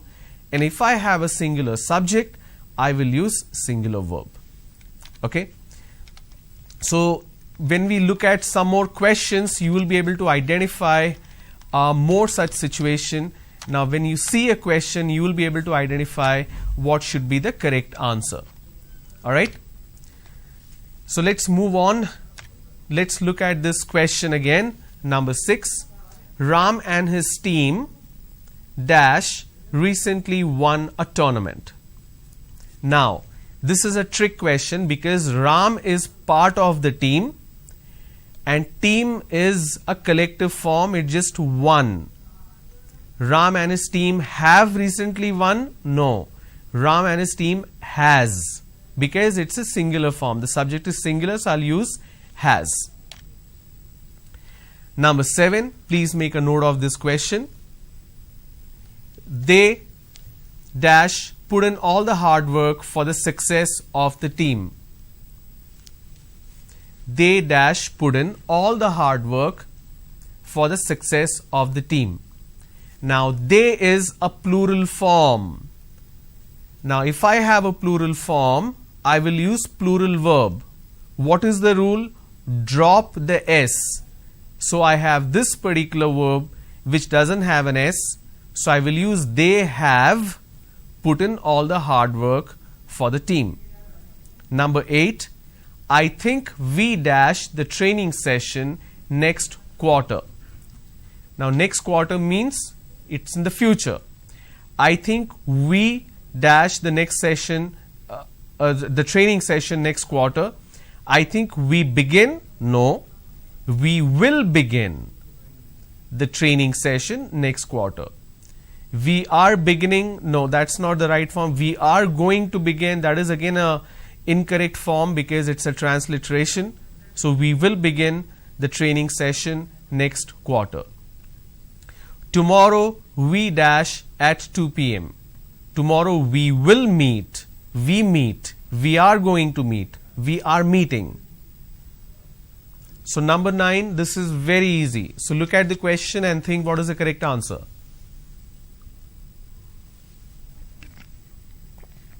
Tomorrow we will meet at 2 p.m. So A. Could you please dash me some money? Could you please borrow me or lend me? Borrow means take from me. Lend means give me. So could you please lend me some money? Number 11. I don't mind dash if you are tired. I don't mind to drive. I don't mind driving. I don't mind to be driving. I don't mind drive. So number 11, look at it, think and answer.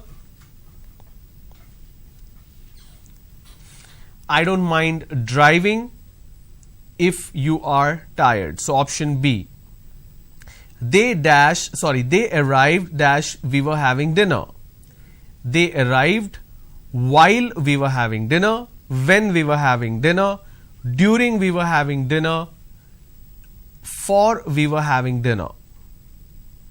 So number 12, think what is the correct answer, and meanwhile you will see the number flash on your screen, 040-2354-0326, or the toll-free number 1-800-425-4039.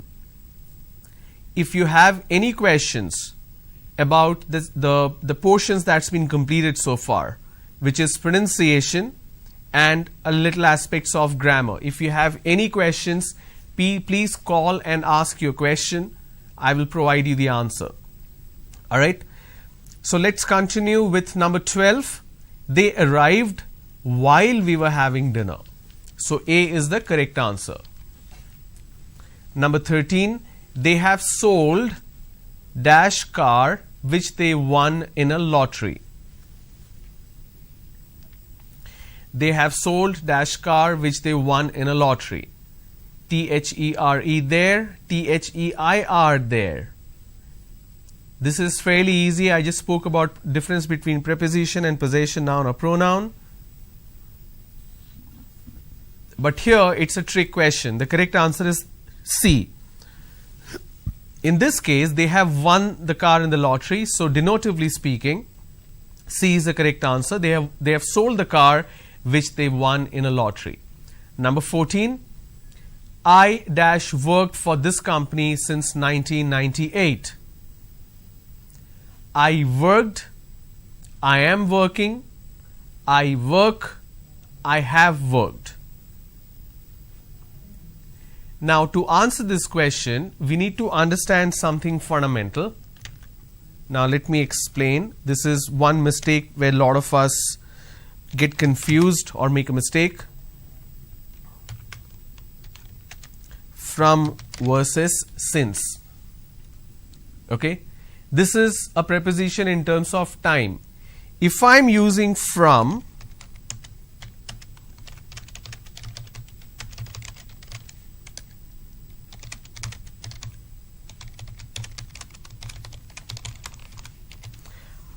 I should be using from when I have specifics on when did it start and when did it end. Okay, I will use since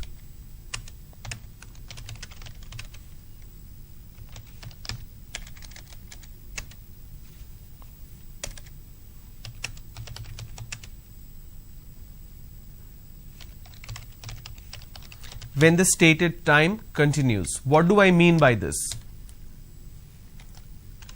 Let me show you an example.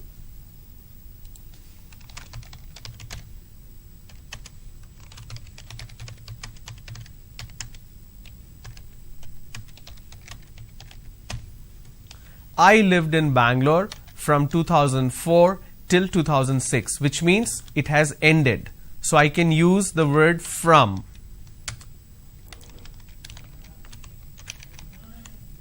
If I have to continue in the same way,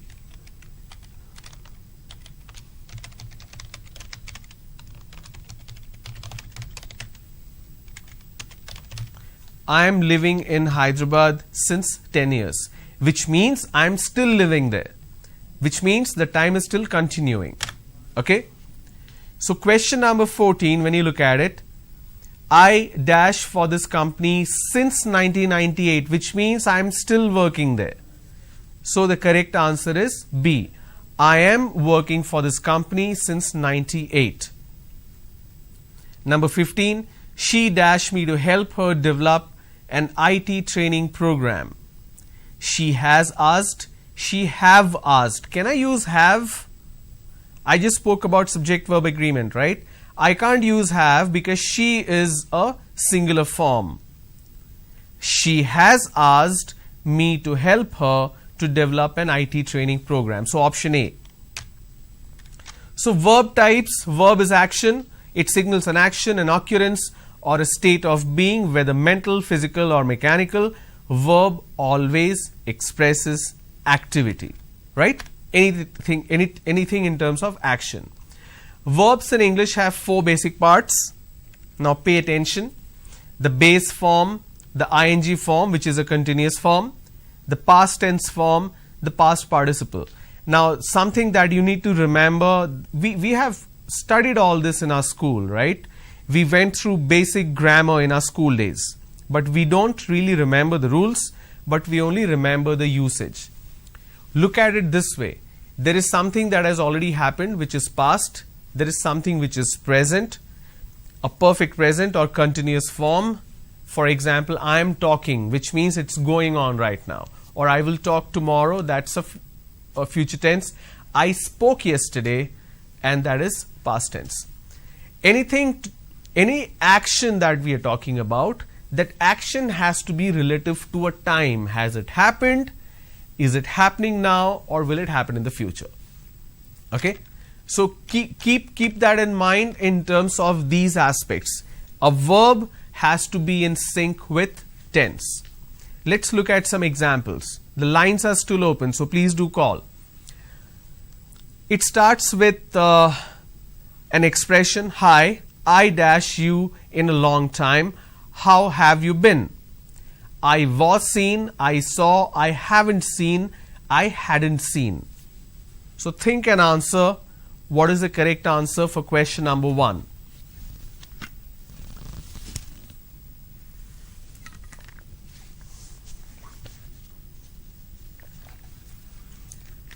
Option C is the correct answer. Hi, I haven't seen you in a long time.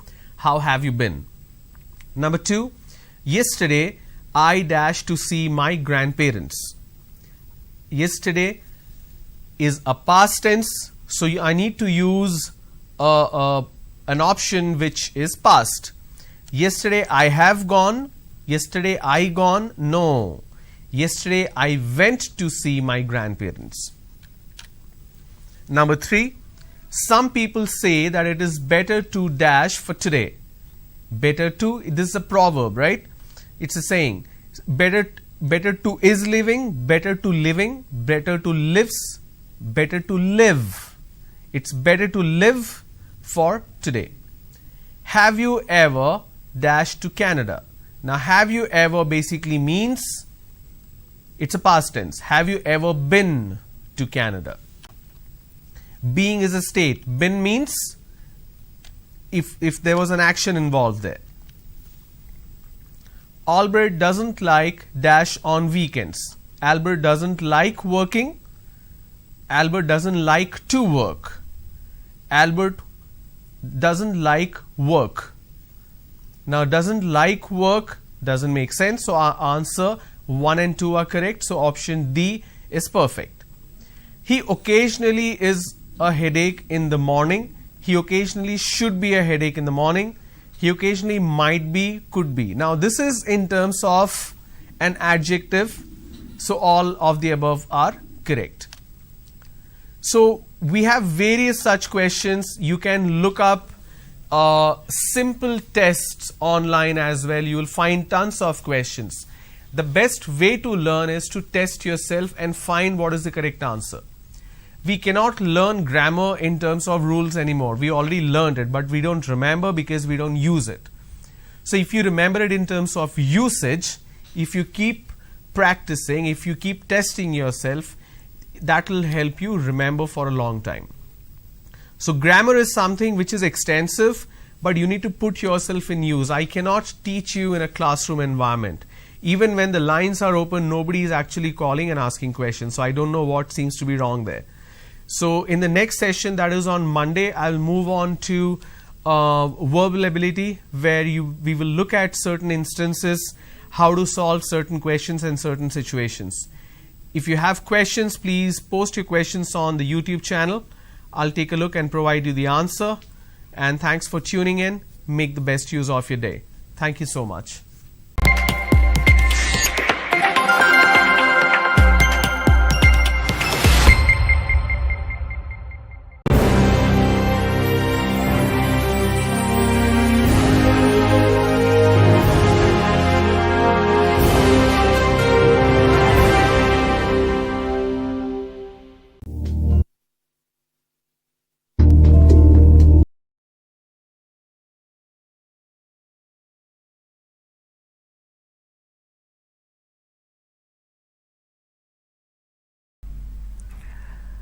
Hi everyone, welcome to Google IT Support Certification course. In this session we will going to discuss basic computer hardware part 3. As per previous sessions we discussed about computer and we discussed basic hardware components of computers. As per previous sessions we discussed some components from computers and functionality. Those components are processor and primary storage devices. Yesterday's session we discussed primary storage devices. Primary storage is furtherly classified into two types, RAM random access memory, and ROM, read-only memory. RAM is furtherly divided into two types. Number 1, static RAM. Number 2, dynamic RAM. As per today's session, we have to talk about ROM. Yesterday we discussed a little bit about ROM. ROM is integrated circuits that are used to store computer boot up or startup instructions and other critical information.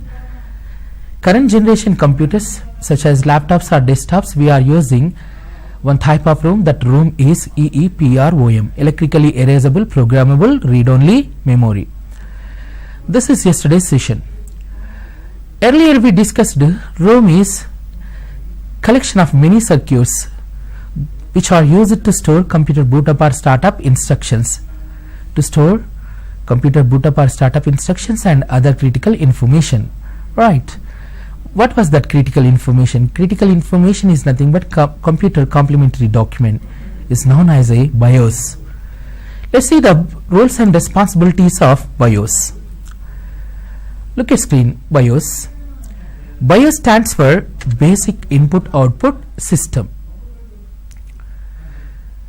BIOS is a chip. It is a chip which is located on computer motherboard. What is the use of BIOS? What is the importance of BIOS chip on computer motherboard? Let's see BIOS roles and responsibilities. BIOS stands for Basic Input Output System. It is responsible to perform post. During the boot up of computer, BIOS will be going to perform post. Post stands for power on self-test. Whenever user from computer try to restart that computer will be going to computer with BIOS chip will be going to perform one task. The task is post, power on self-test. Power on self-test is nothing but whether the power is properly supplying to the number of components and devices in the computer is called as a post. BIOS chip is responsible to perform one task. The task is performing post, power on self-test during the computer boot up. And BIOS is responsible to perform one more task. The task is recognizing the hardware devices. For example, desktop. Desktop will be going to work with many physical devices such as keyboard, mouse, printer, scanner or some other devices. Whenever computer will be going to start it, during the boot up of computer, during the startup of computer, number of connected physical devices will be going to recognize with compatible drivers packed with the help of BIOS. So that reason, second task of BIOS is BIOS chip is used to perform post as well as recognizing physical devices during the boot up of computer. Let's see third role and responsibility of BIOS. BIOS is responsible to locate and load the operating system. During the boot up of computer, BIOS chip is responsible to identify the operating system. Once OS is identified, the identified operating system will be going to store temporarily on computer RAM. Basically, computer OS will be going to stored in system partition or boot partition known as a C drive. Computer operating system will be going to stored in C drive. During the boot up or startup of computer OS will be going to recognize from C drive of particular hard disk drive. Once it is identified, the identified operating system will be going to load it on dynamic RAM on temporary basis. This task will be done by BIOS chip. BIOS is responsible to locating and loading the operating system on RAM during the boot up of computer. This is third task. Let's see fourth role and responsibility of BIOS chip. BIOS is responsible to transfer controlling power to the operating system to access hardware devices. Fourth role and responsibility of BIOS chip is to during the boot up of computer, BIOS will be going to transfer controlling power to the OS, computer OS, to access physical devices such as keyboard and mouse. In this session, you can able to identify one thing. As a user, I am using keyboard and mouse to access computer OS. As a user, I am assuming one thing. The thing is, with the help of keyboard and mouse, I am accessing computer OS. That is utterly wrong. Whenever user will be going to think with the help of keyboard and mouse, I am accessing computer OS is utterly wrong. What actually happening in this process? Computer OS will be going to access keyboard and mouse. Who will be going to transfer controlling power to the computer OS? BIOS chip. BIOS chip is responsible to transfer controlling power to the computer OS to access keyboard and mouse. These are the different roles and responsibilities of BIOS chip. BIOS is a circuit, one of the circuit which is categorized under ROM. Okay, ROM is a integrated circuits. ROM is a integration of many circuits which are used to store computer boot up or startup instructions and critical information, known as BIOS. Okay, in current generation computers we are using EEPROM, electrically erasable programmable read-only memory. Okay, I can able to say different words regarding BIOS. Here we discussed BIOS chip roles and responsibilities. This is known as a computer booting process. Computer booting process. What was that computer booting process? Whenever user from computer try to restart, that is nothing but power on. Step 1 is we need to power on. Step 2 is BIOS from computer will be going to perform post. Power on self test, whether the power is supplying properly to the number of connected physical devices or not, called as a post.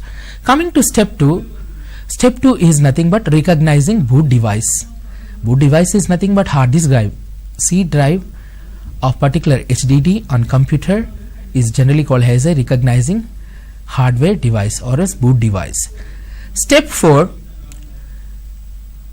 computer OS will be going to load it and performs BSL, bootstrap loader, with drivers pack. This is step 4. Under computer booting process, step 5 is BIOS will be going to transfer controlling power to the OS to access hardware devices. These steps are generally called as a computer booting process. Step 1 is power on, step 2 is performing post, step 3 is loading operating system, and step 4 is performing BSL with drivers pack, and step 5 is transferring control power to the OS to access hardware devices. These are the different steps of computer booting process. This is BIOS. On the screen you can able to see one example, that is BIOS chip. It depends on computer motherboard. You can able to see the different type of BIOS chips. As per today's session, we have to talk about third component of computer is motherboard. Up to now we discussed different components of computer. Number 1 is processor, number 2 is primary storage devices. Third important component of computer is motherboard. What is this motherboard? Motherboard is generally called as a circuit board. Motherboard is a system board. Let's see the motherboard. It is a main circuit board of a computer. Motherboard is third component of computer. It is a main circuit board of computer. Number of circuits will be going to located on one plain board. That board is called as a motherboard. We don't have any particular limitations to maintain motherboard color as green or yellow or orange. It depends on manufacturer. They will going to maintain different colors. Those colors might be thick green, thick orange, thick black color, or else thick purple color. Different colors are available with motherboards. What is the role and responsibility of motherboard? What is the main purpose to using motherboard on computer? It controls physical devices and components that are connected directly or indirectly. How many devices will be going to connected to the computer motherboard?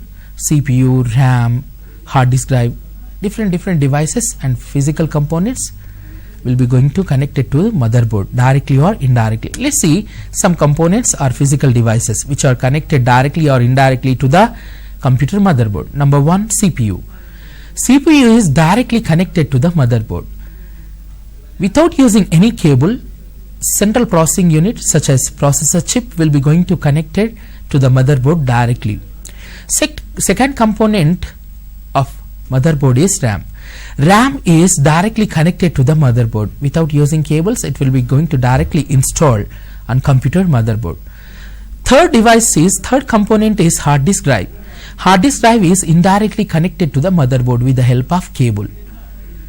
In coming slides, we will going to discuss different type of hard disk drives with different cables to connect computer motherboard. Next component is expansion cards. What was that expansion cards? We will discuss in coming slides. Are connected to it. CPU is directly connected to the computer motherboard. RAM is directly installed on computer motherboard. Hard disk drive is indirectly connected to the computer motherboard, and expansion cards are directly connected to the computer motherboard. Okay, CMOS battery also directly connected to the computer motherboard. Keyboard will be going to indirectly connected to the motherboard. Mouse will be going to indirectly connected to the motherboard. Motherboard comes in a different form factors. What is the general meaning of form factor? Form factor defines shape or layout or design or structure, is generally called as a form factor. Different type of motherboards available with different form factors is nothing but different shapes or layouts. Those form factors are MBTX, MATX, standard ATX, mini ATX, mini ITX. Different type of motherboard form factors are available. Form factor is nothing but shape or layout or design of motherboard, is called as a motherboard form factors. Motherboard comes in a different form factors. Let's see one type of motherboard on the screen. Here you can able to see one motherboard form factor. That form factor name is MBTX. MBTX stands for microbalance technology extender. It is a one type of motherboard form factor. Motherboard form factor will be going to define location of mounting holes. Here in the screen you can able to see the location of mounting holes. I would like to highlight that mounting holes. Just wait a second.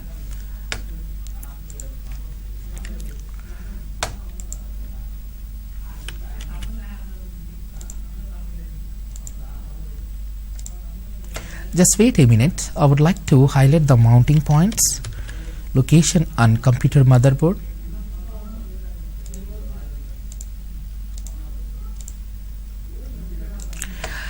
In this screen you can able to see the motherboard. In this motherboard you can able to see the mount points. Here in this is called as a mount point. In order to fix this motherboard, we need to use the screws.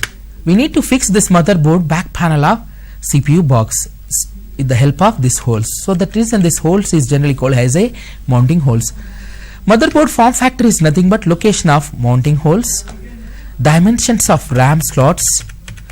Here in the screen, in this motherboard form factor, this is called as a yellow color slats, or generally called as a RAM slots, dynamic RAM slots.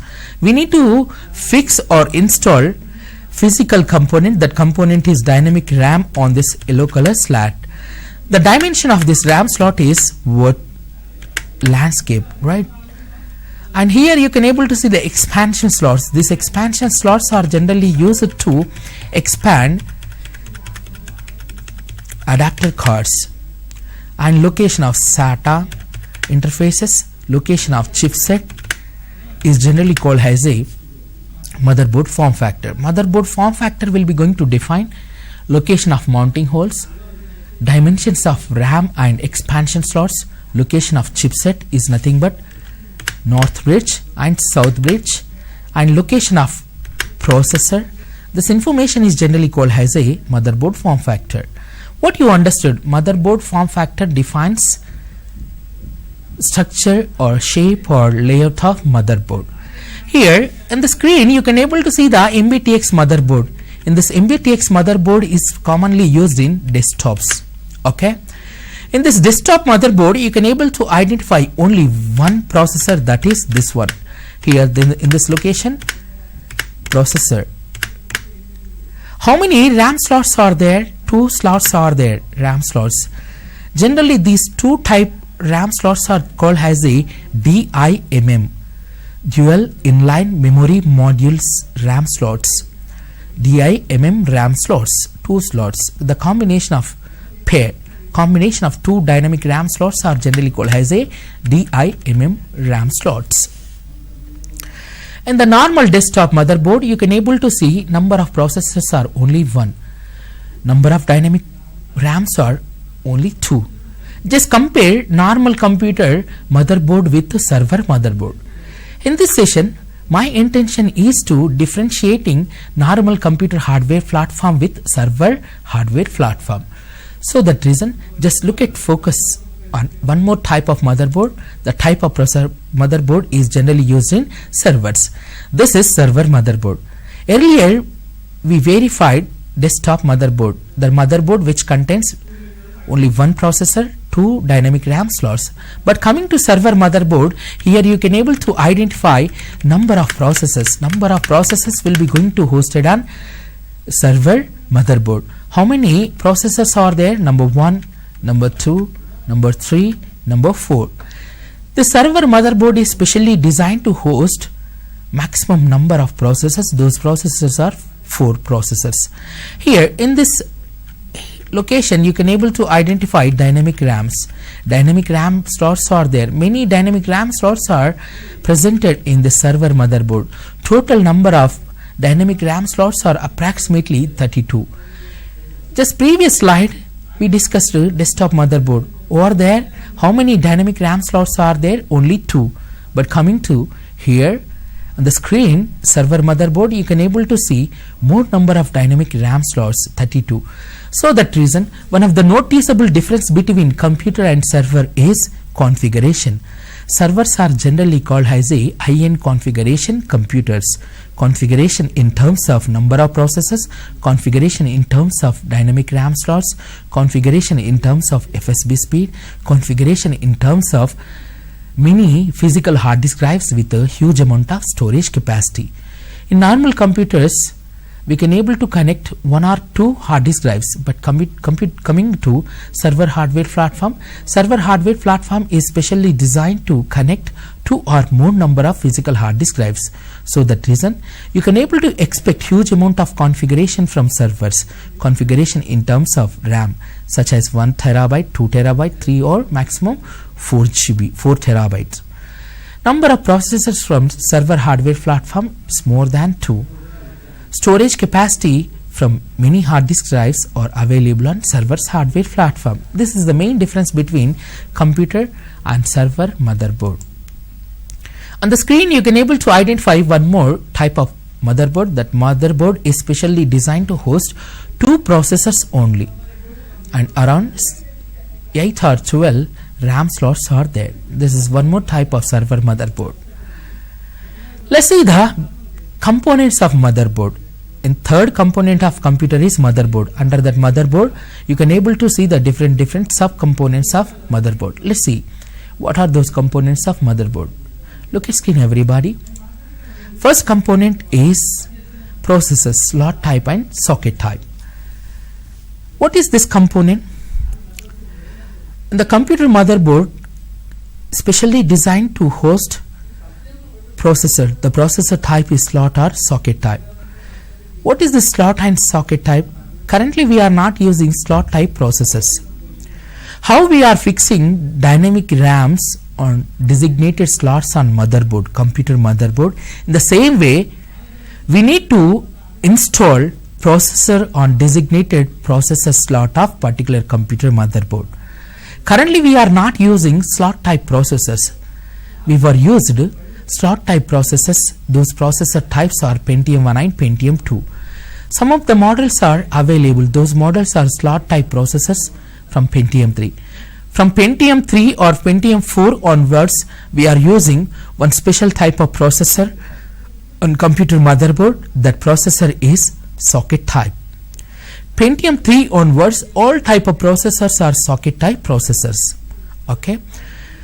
And the socket type processors, there are 2 types of processors, pin grid array and land grid array. Processors are generally 2 types. Number 1, slot type. How we are installing dynamic RAM on designated slot of RAM on computer motherboard. The same way we have to install processor on designated slot of computer motherboard. The processor type is called as a slot type processors. Those are best example to understand. Slot type processors are Pentium 1 and Pentium 2. Currently, latest type of computers, we are not using slot type processors. We are using either pin grid array processors or as LAN grid array processors. Those are generally called as a socket type processors. Socket type processors are furtherly categorized into two types. Those are pin grid array PGA. The processor which contains number of pins is called as a PGA. The processor doesn't contains pins is called as a LGA. LAN grid array. Pin grid array processors are very delicate. Accidentally, any pin grid array is dropped from some amount of height, one or two more pins will be going to broke.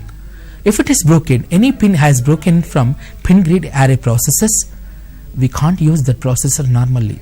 So that reason it is delicate processor. So that reason most of the latest type of laptops and desktops you can able to identify type of processor. The processor is LAN grid array. i3, i5, i7 processors are LAN grid array processors. The processor which doesn't contains any pin is called as a LAN grid array. Motherboard itself, it contains pins, is called as a LAN grid array processors. Processors are two types, slot type, socket type. Socket type is furtherly categorized into two types, PGA, LGA, LAN grid array processors. This is first component of motherboard. Second component of motherboard is memory slots. Memory slots is nothing but RAM slots. Earlier we discussed RAM slots, yellow color slots. Those slots are generally called as a memory slots, dynamic RAM slots. Third component of motherboard is expansion slots. If you want to see the expansion slots location, just go through with slide.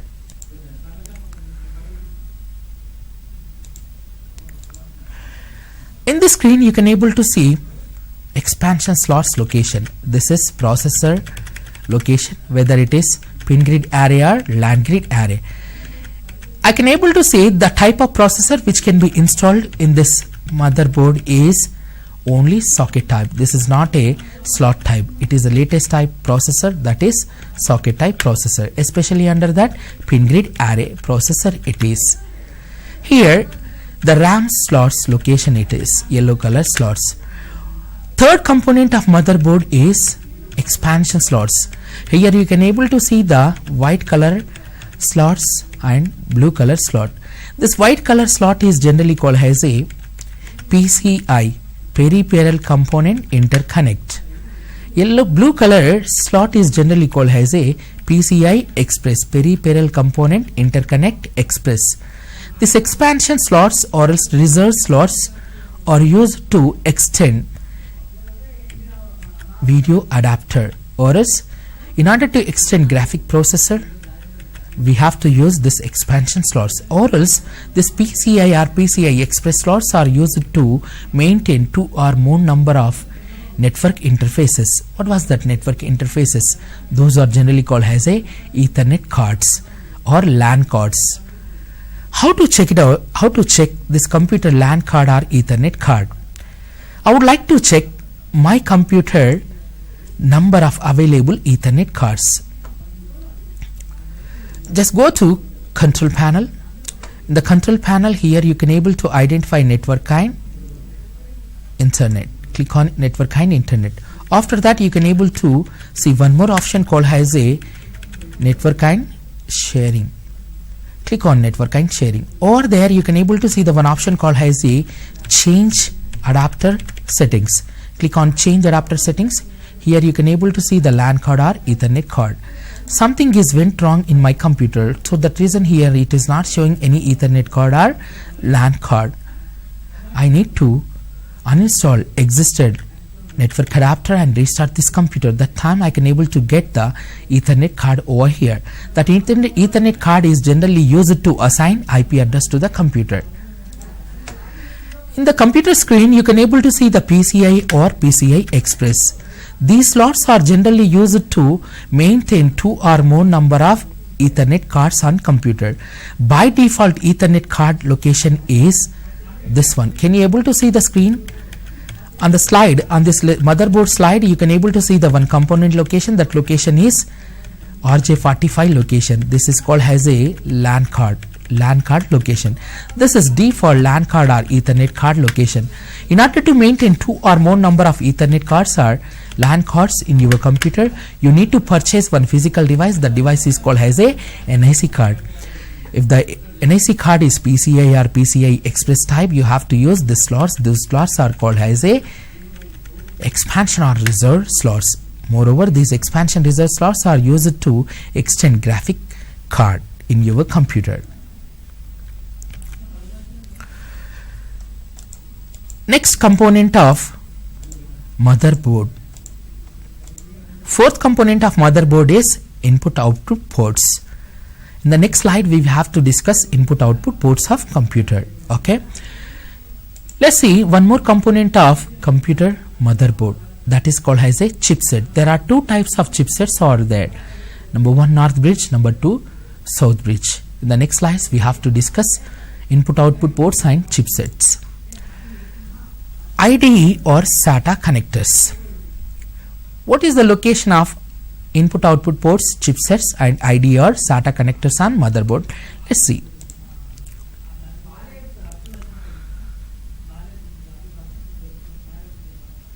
Wait a minute, I would like to open motherboard.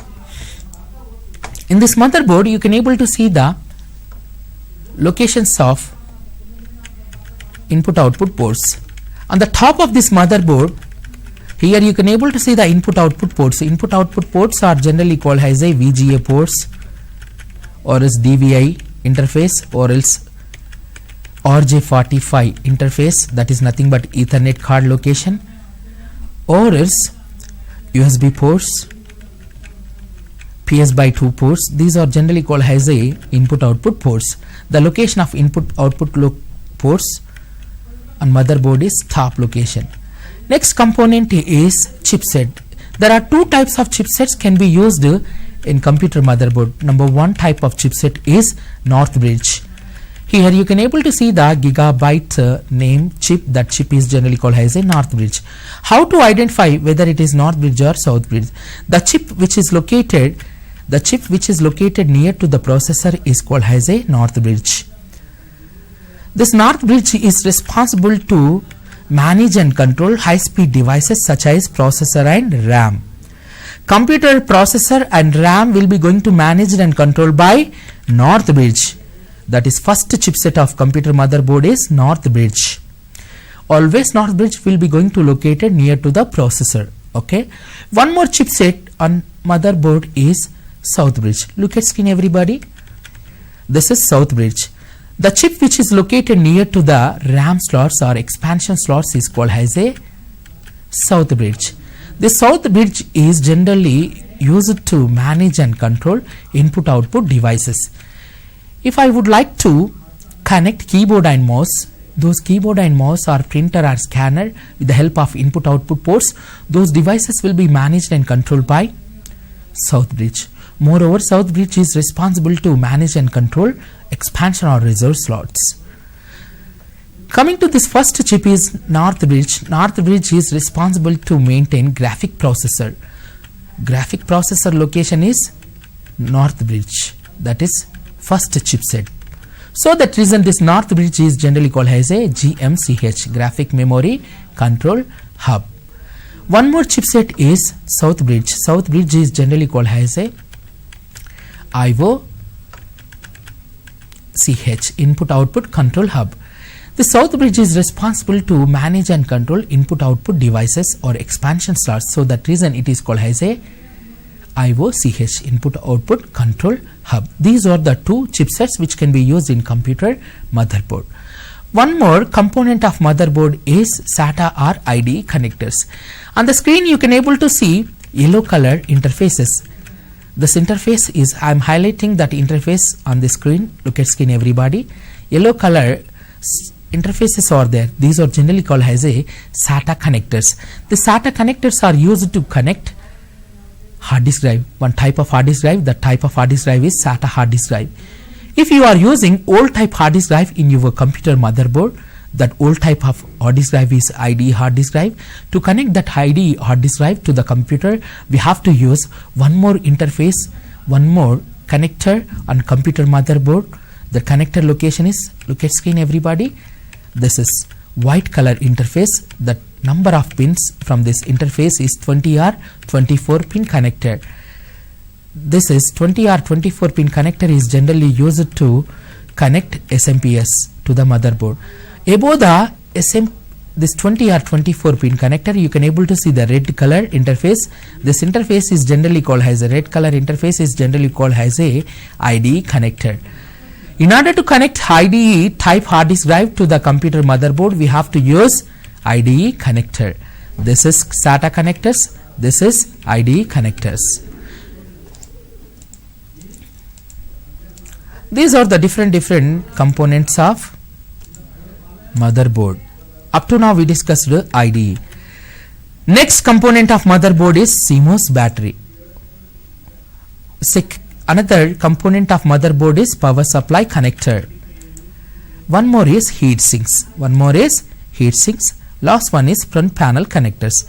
Let's see the last four components of motherboard. Number 1 is CMOS battery. Number 2 is power supply connectors, heat sinks and front panel connectors. Just go through with the motherboard. On the motherboard, next component is CMOS battery. On the screen, everybody look at screen. On the screen, you can able to see the CMOS battery location. This is stainless steel battery. It is right here. This is the location of CMOS, complementary metal oxide semiconductor device. This component is generally used to store and update system date and time. For example, if I shut down my computer, the shutdown time of this computer is 10:30 AM. Whenever computer is shut down, in the background, computer date and time will be going to updated with the help of the CMOS battery. The CMOS battery is nothing but complementary metal oxide semiconductor device. The device is CMOS battery. Moreover, the CMOS battery is used to store computer running configuration. For example, the CMOS battery is drained or dead. What will happen? Just try to restart your computer with the drained CMOS battery. Definitely you will going to get one error message during the boot up of computer. That error message is computer NVRAM configuration is missing. To reset computer NVRAM configuration, please press F1. The error is nothing but CMOS battery. Whenever you try to restart your computer several times, every time you have to press F1 to reset your computer configuration. Moreover, if CMOS battery is drained, your computer date and time will not updated, and you have to reset your computer configuration every time during the boot up of computer. That is the problem of CMOS. It is a battery, the battery which provides power to the chip. Chip is CMOS chip is called as a CMOS battery. CMOS battery is a battery which provides power to the CMOS chip is called as a CMOS battery. What is the location of CMOS chip? Always CMOS chip will be going to integrated with South bridge. On the screen you can able to see the South bridge. CMOS chip will be going to integrated with South bridge on latest type of computers. Next component is power connector, power supply connector. In order to run this motherboard needed some power. That power will be distributed by SMPS. One more component of computer is SMPS. The SMPS is responsible to distribute required amount of power to the different components in the computer. SMPS is responsible to distribute amount of power to the motherboard. SMPS, one of the main cable 20R 24 pin connector will be connected to motherboard in this location. Okay. Next component of motherboard is heat sinks. On the screen, on the slide, you can able to see the processor location. On the processor location, generally this processor will be going to cover with one aluminum metal panel. That metal panel is heat sink. Processor will be going to distribute huge amount of temperature while processing given input instruction. We need to reduce that processor temperature. Processor temperature is not reduced with one more component. What will happen? Computer will be going to unexpectedly shut down, or else computer will be going to restart automatically again and again. What is the problem? Heat sinks are not working, or else processor cool paste is became a drain. Okay, so that reason processor will be going to cover with heatsink.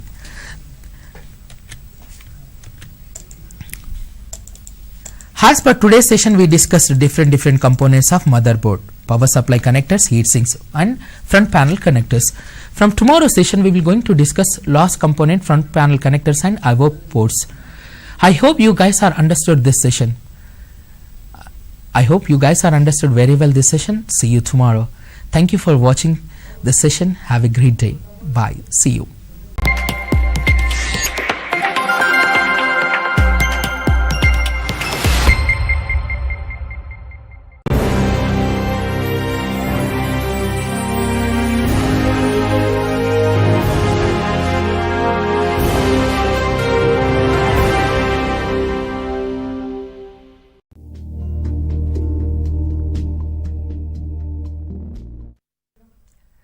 Hi everyone, welcome to Google IT Professional Certificate course. In this session we will going to discuss Introduction to the Computer Hardware Part 4. As per previous session, we discussed about computer and basic hardware components. Under that components, first component is processor, second component is primary storage devices, third component is motherboard. The motherboard, what is motherboard? Motherboard is a main circuit board which is used to connect physical devices and hardware components. Some of the components and physical devices will be going to directly or indirectly connected to the motherboard. Those directly or indirectly connected physical devices and components will be managed and controlled by motherboard. Motherboard is a main circuit board. Motherboards are available with different form factors. Those form factors such as MATX, MBTX, Mini ATX, Standard ATX. Yesterday, we verified difference between normal computer motherboard and server motherboard. Normal computer motherboard is specially designed to host single processor and it contains 2 RAM slots. Coming to server motherboard is designed to host 2 or more number of processors and 2 or more number of RAM slots. So that reason, noticeable difference between computer and server motherboard is it contains many processors. Servers are high-end configuration computers. As per today's session, we have to discuss components of motherboard. Yesterday we discussed some components from motherboard. Under that, first component is processor, slot or socket type. Second component of motherboard is memory slots. Third one is expansion slots. Fourth component of motherboard is input output ports. As per today's session, we have to discuss input output ports. And fifth component of motherboard is chipset, that is nothing but south bridge and north bridge. And another component of motherboard is IDE or SATA connectors, which is used to connect hard disk drives to the motherboard. CMOS battery, another component of motherboard. Next component of motherboard is power supply connector. In order to run motherboard need power. The power will be distributed by SMPS. One of the main cable from SMPS will be connected to the motherboard. Another component of motherboard is heatsink. Processor on motherboard will be going to cover with aluminum metal panel. That panel is generally called as a heatsink, which is used to reduce the temperature from processor. Last component of motherboard is front panel connectors. Front panel connectors is nothing but power on button or else restart button or else front side USB connectors. These are generally called as a front panel connectors. This is yesterday's session. As per today's session, we have to discuss input output ports and expansion slots. Everybody look at screen. You can able to see the expansion or reserve slots. Expansion or reserve slots is one of the component of motherboard which is used to extend graphic processor on computer or else graphic card on processor. There are 2 types of expansion or reserve slots are there. Number 1, PCI Express and another one is PCI. PCI stands for Peripheral Component Interconnect. One more type of expansion slot is PCI Express, Peripheral Component Interconnect Express. PCI Express slot size is very small compared with PCI. These 2 slots are generally used to extend computer video adapter On the screen you can able to identify two types of slots. These white color slots are generally called as a PCI Express, PCI cards, and blue color slot is generally called as a PCI Express. These are the expansion and reserve slots, one of the component of motherboard. Let's go through with one more component of the motherboard, that is input output ports. In computer motherboard, in normal computer motherboard, it contains n number of input output ports. Under that first component is USB 2.0. Just give me 1 minute. I need to make some modifications in this computer to highlight the component.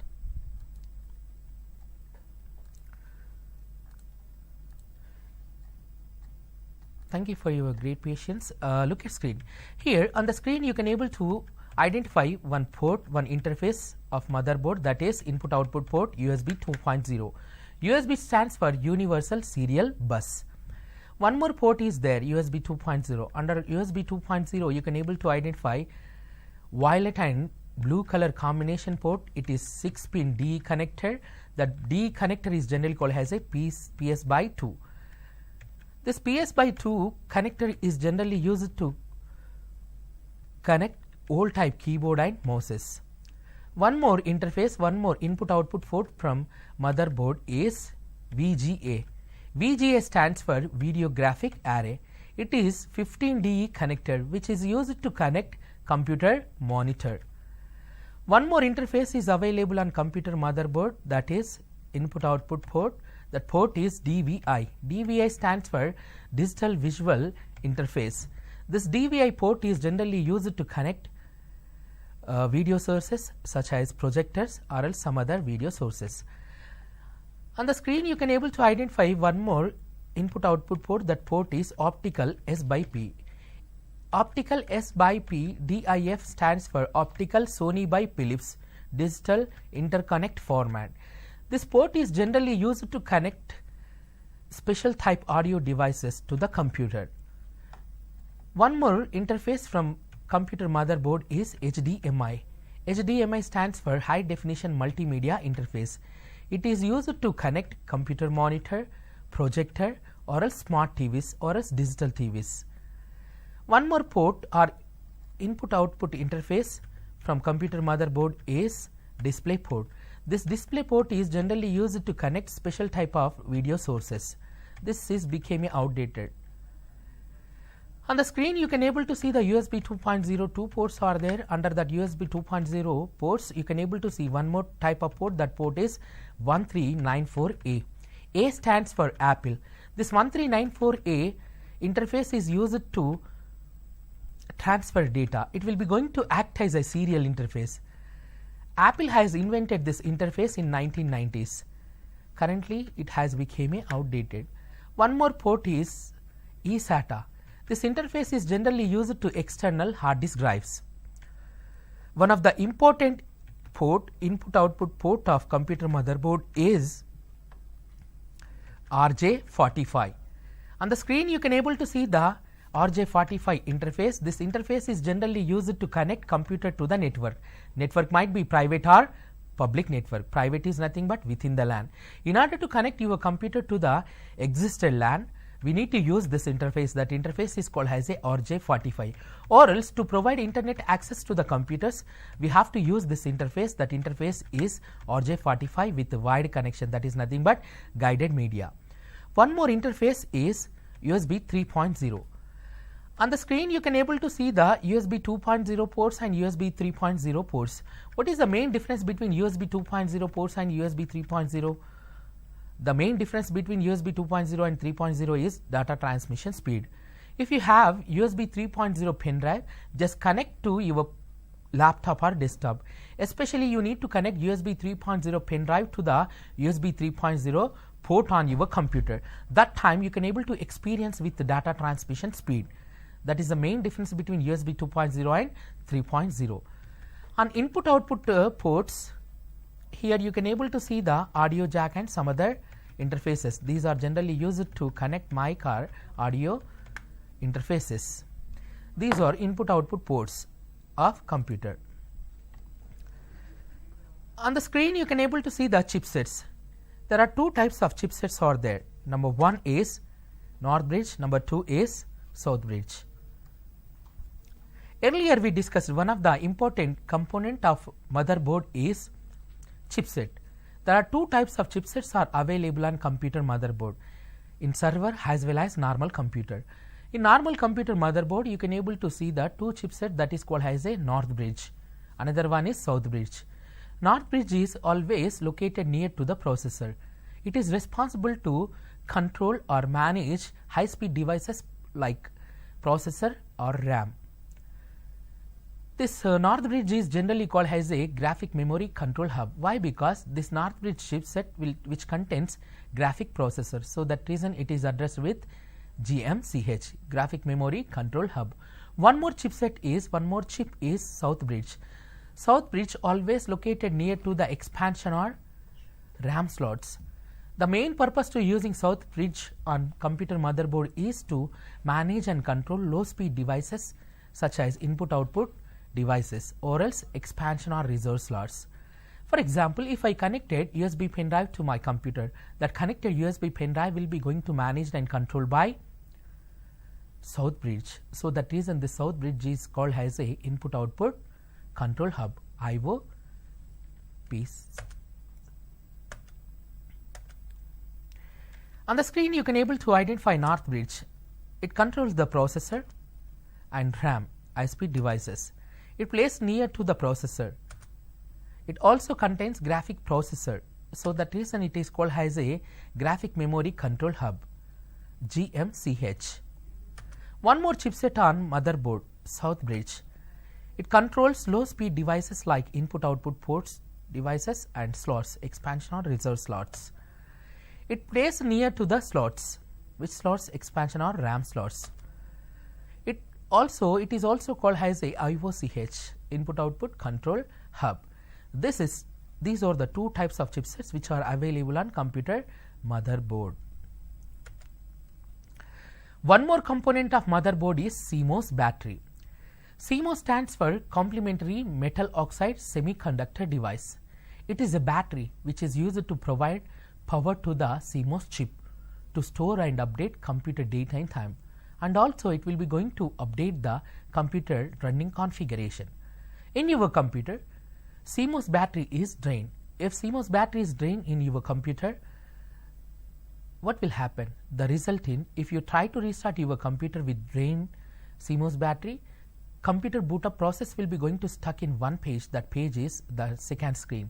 In the second screen it will be going to show the error message such as computer NVRAM settings are missing. To reset configuration, please press F1. When you try to restart your computer several times, the times you have to press every time F1, F1, F1. That error is nothing but drained CMOS battery. Moreover, CMOS battery is drained or dead, your computer configuration and system data and time will not updated. Every time you need to reset the system data and time as well as configuration. So that reason you have to replace the CMOS battery with new one. Let's see CMOS. Look at screen. CMOS stands for complementary metal oxide semiconductor RAM. It is a RAM. Is used to store the date and time and system configuration. CMOS RAM or CMOS chip. In this slide we have to discuss CMOS battery. The battery which powers this memory is called as a CMOS battery. As per previous session we discussed, CMOS chip always integrated with the South Bridge of computer motherboard. The battery which is used to provide power to the CMOS chip is called as a CMOS battery. Okay, battery is different, chip is different. Look at screen. On the screen you can able to see the one more component. The component is SMPS. Up to now we discussed different components of computer. First component of computer is processors, second is primary storage devices, third is motherboard, and motherboard components also over. Fourth component is SMPS. SMPS stands for switched mode power supply. One of the physical device, one of the physical component of computer is SMPS. What is the role and responsibility of this SMPS. On the screen you can able to see the one type of SMPS. This type of SMPSs are generally used in desktops, not in laptops. It is desktop SMPS. The role and responsibility of SMPS is to distributing required amount of power to the different components within the computer. Computer will be going to consist many components and physical devices. To run those components and physical devices which are required some amount of power, that power will be distributed by SMPS. SMPS is a physical device which is used to distribute or deliver required amount of power to the different components and physical devices in the computer to run. Here on the screen you can able to see the SMPS cable set. Under that SMPS cable set, one of the main cable set is 20R 24 pin cable set. The main cable 20R 24 pin cable set is generally connected to the computer motherboard.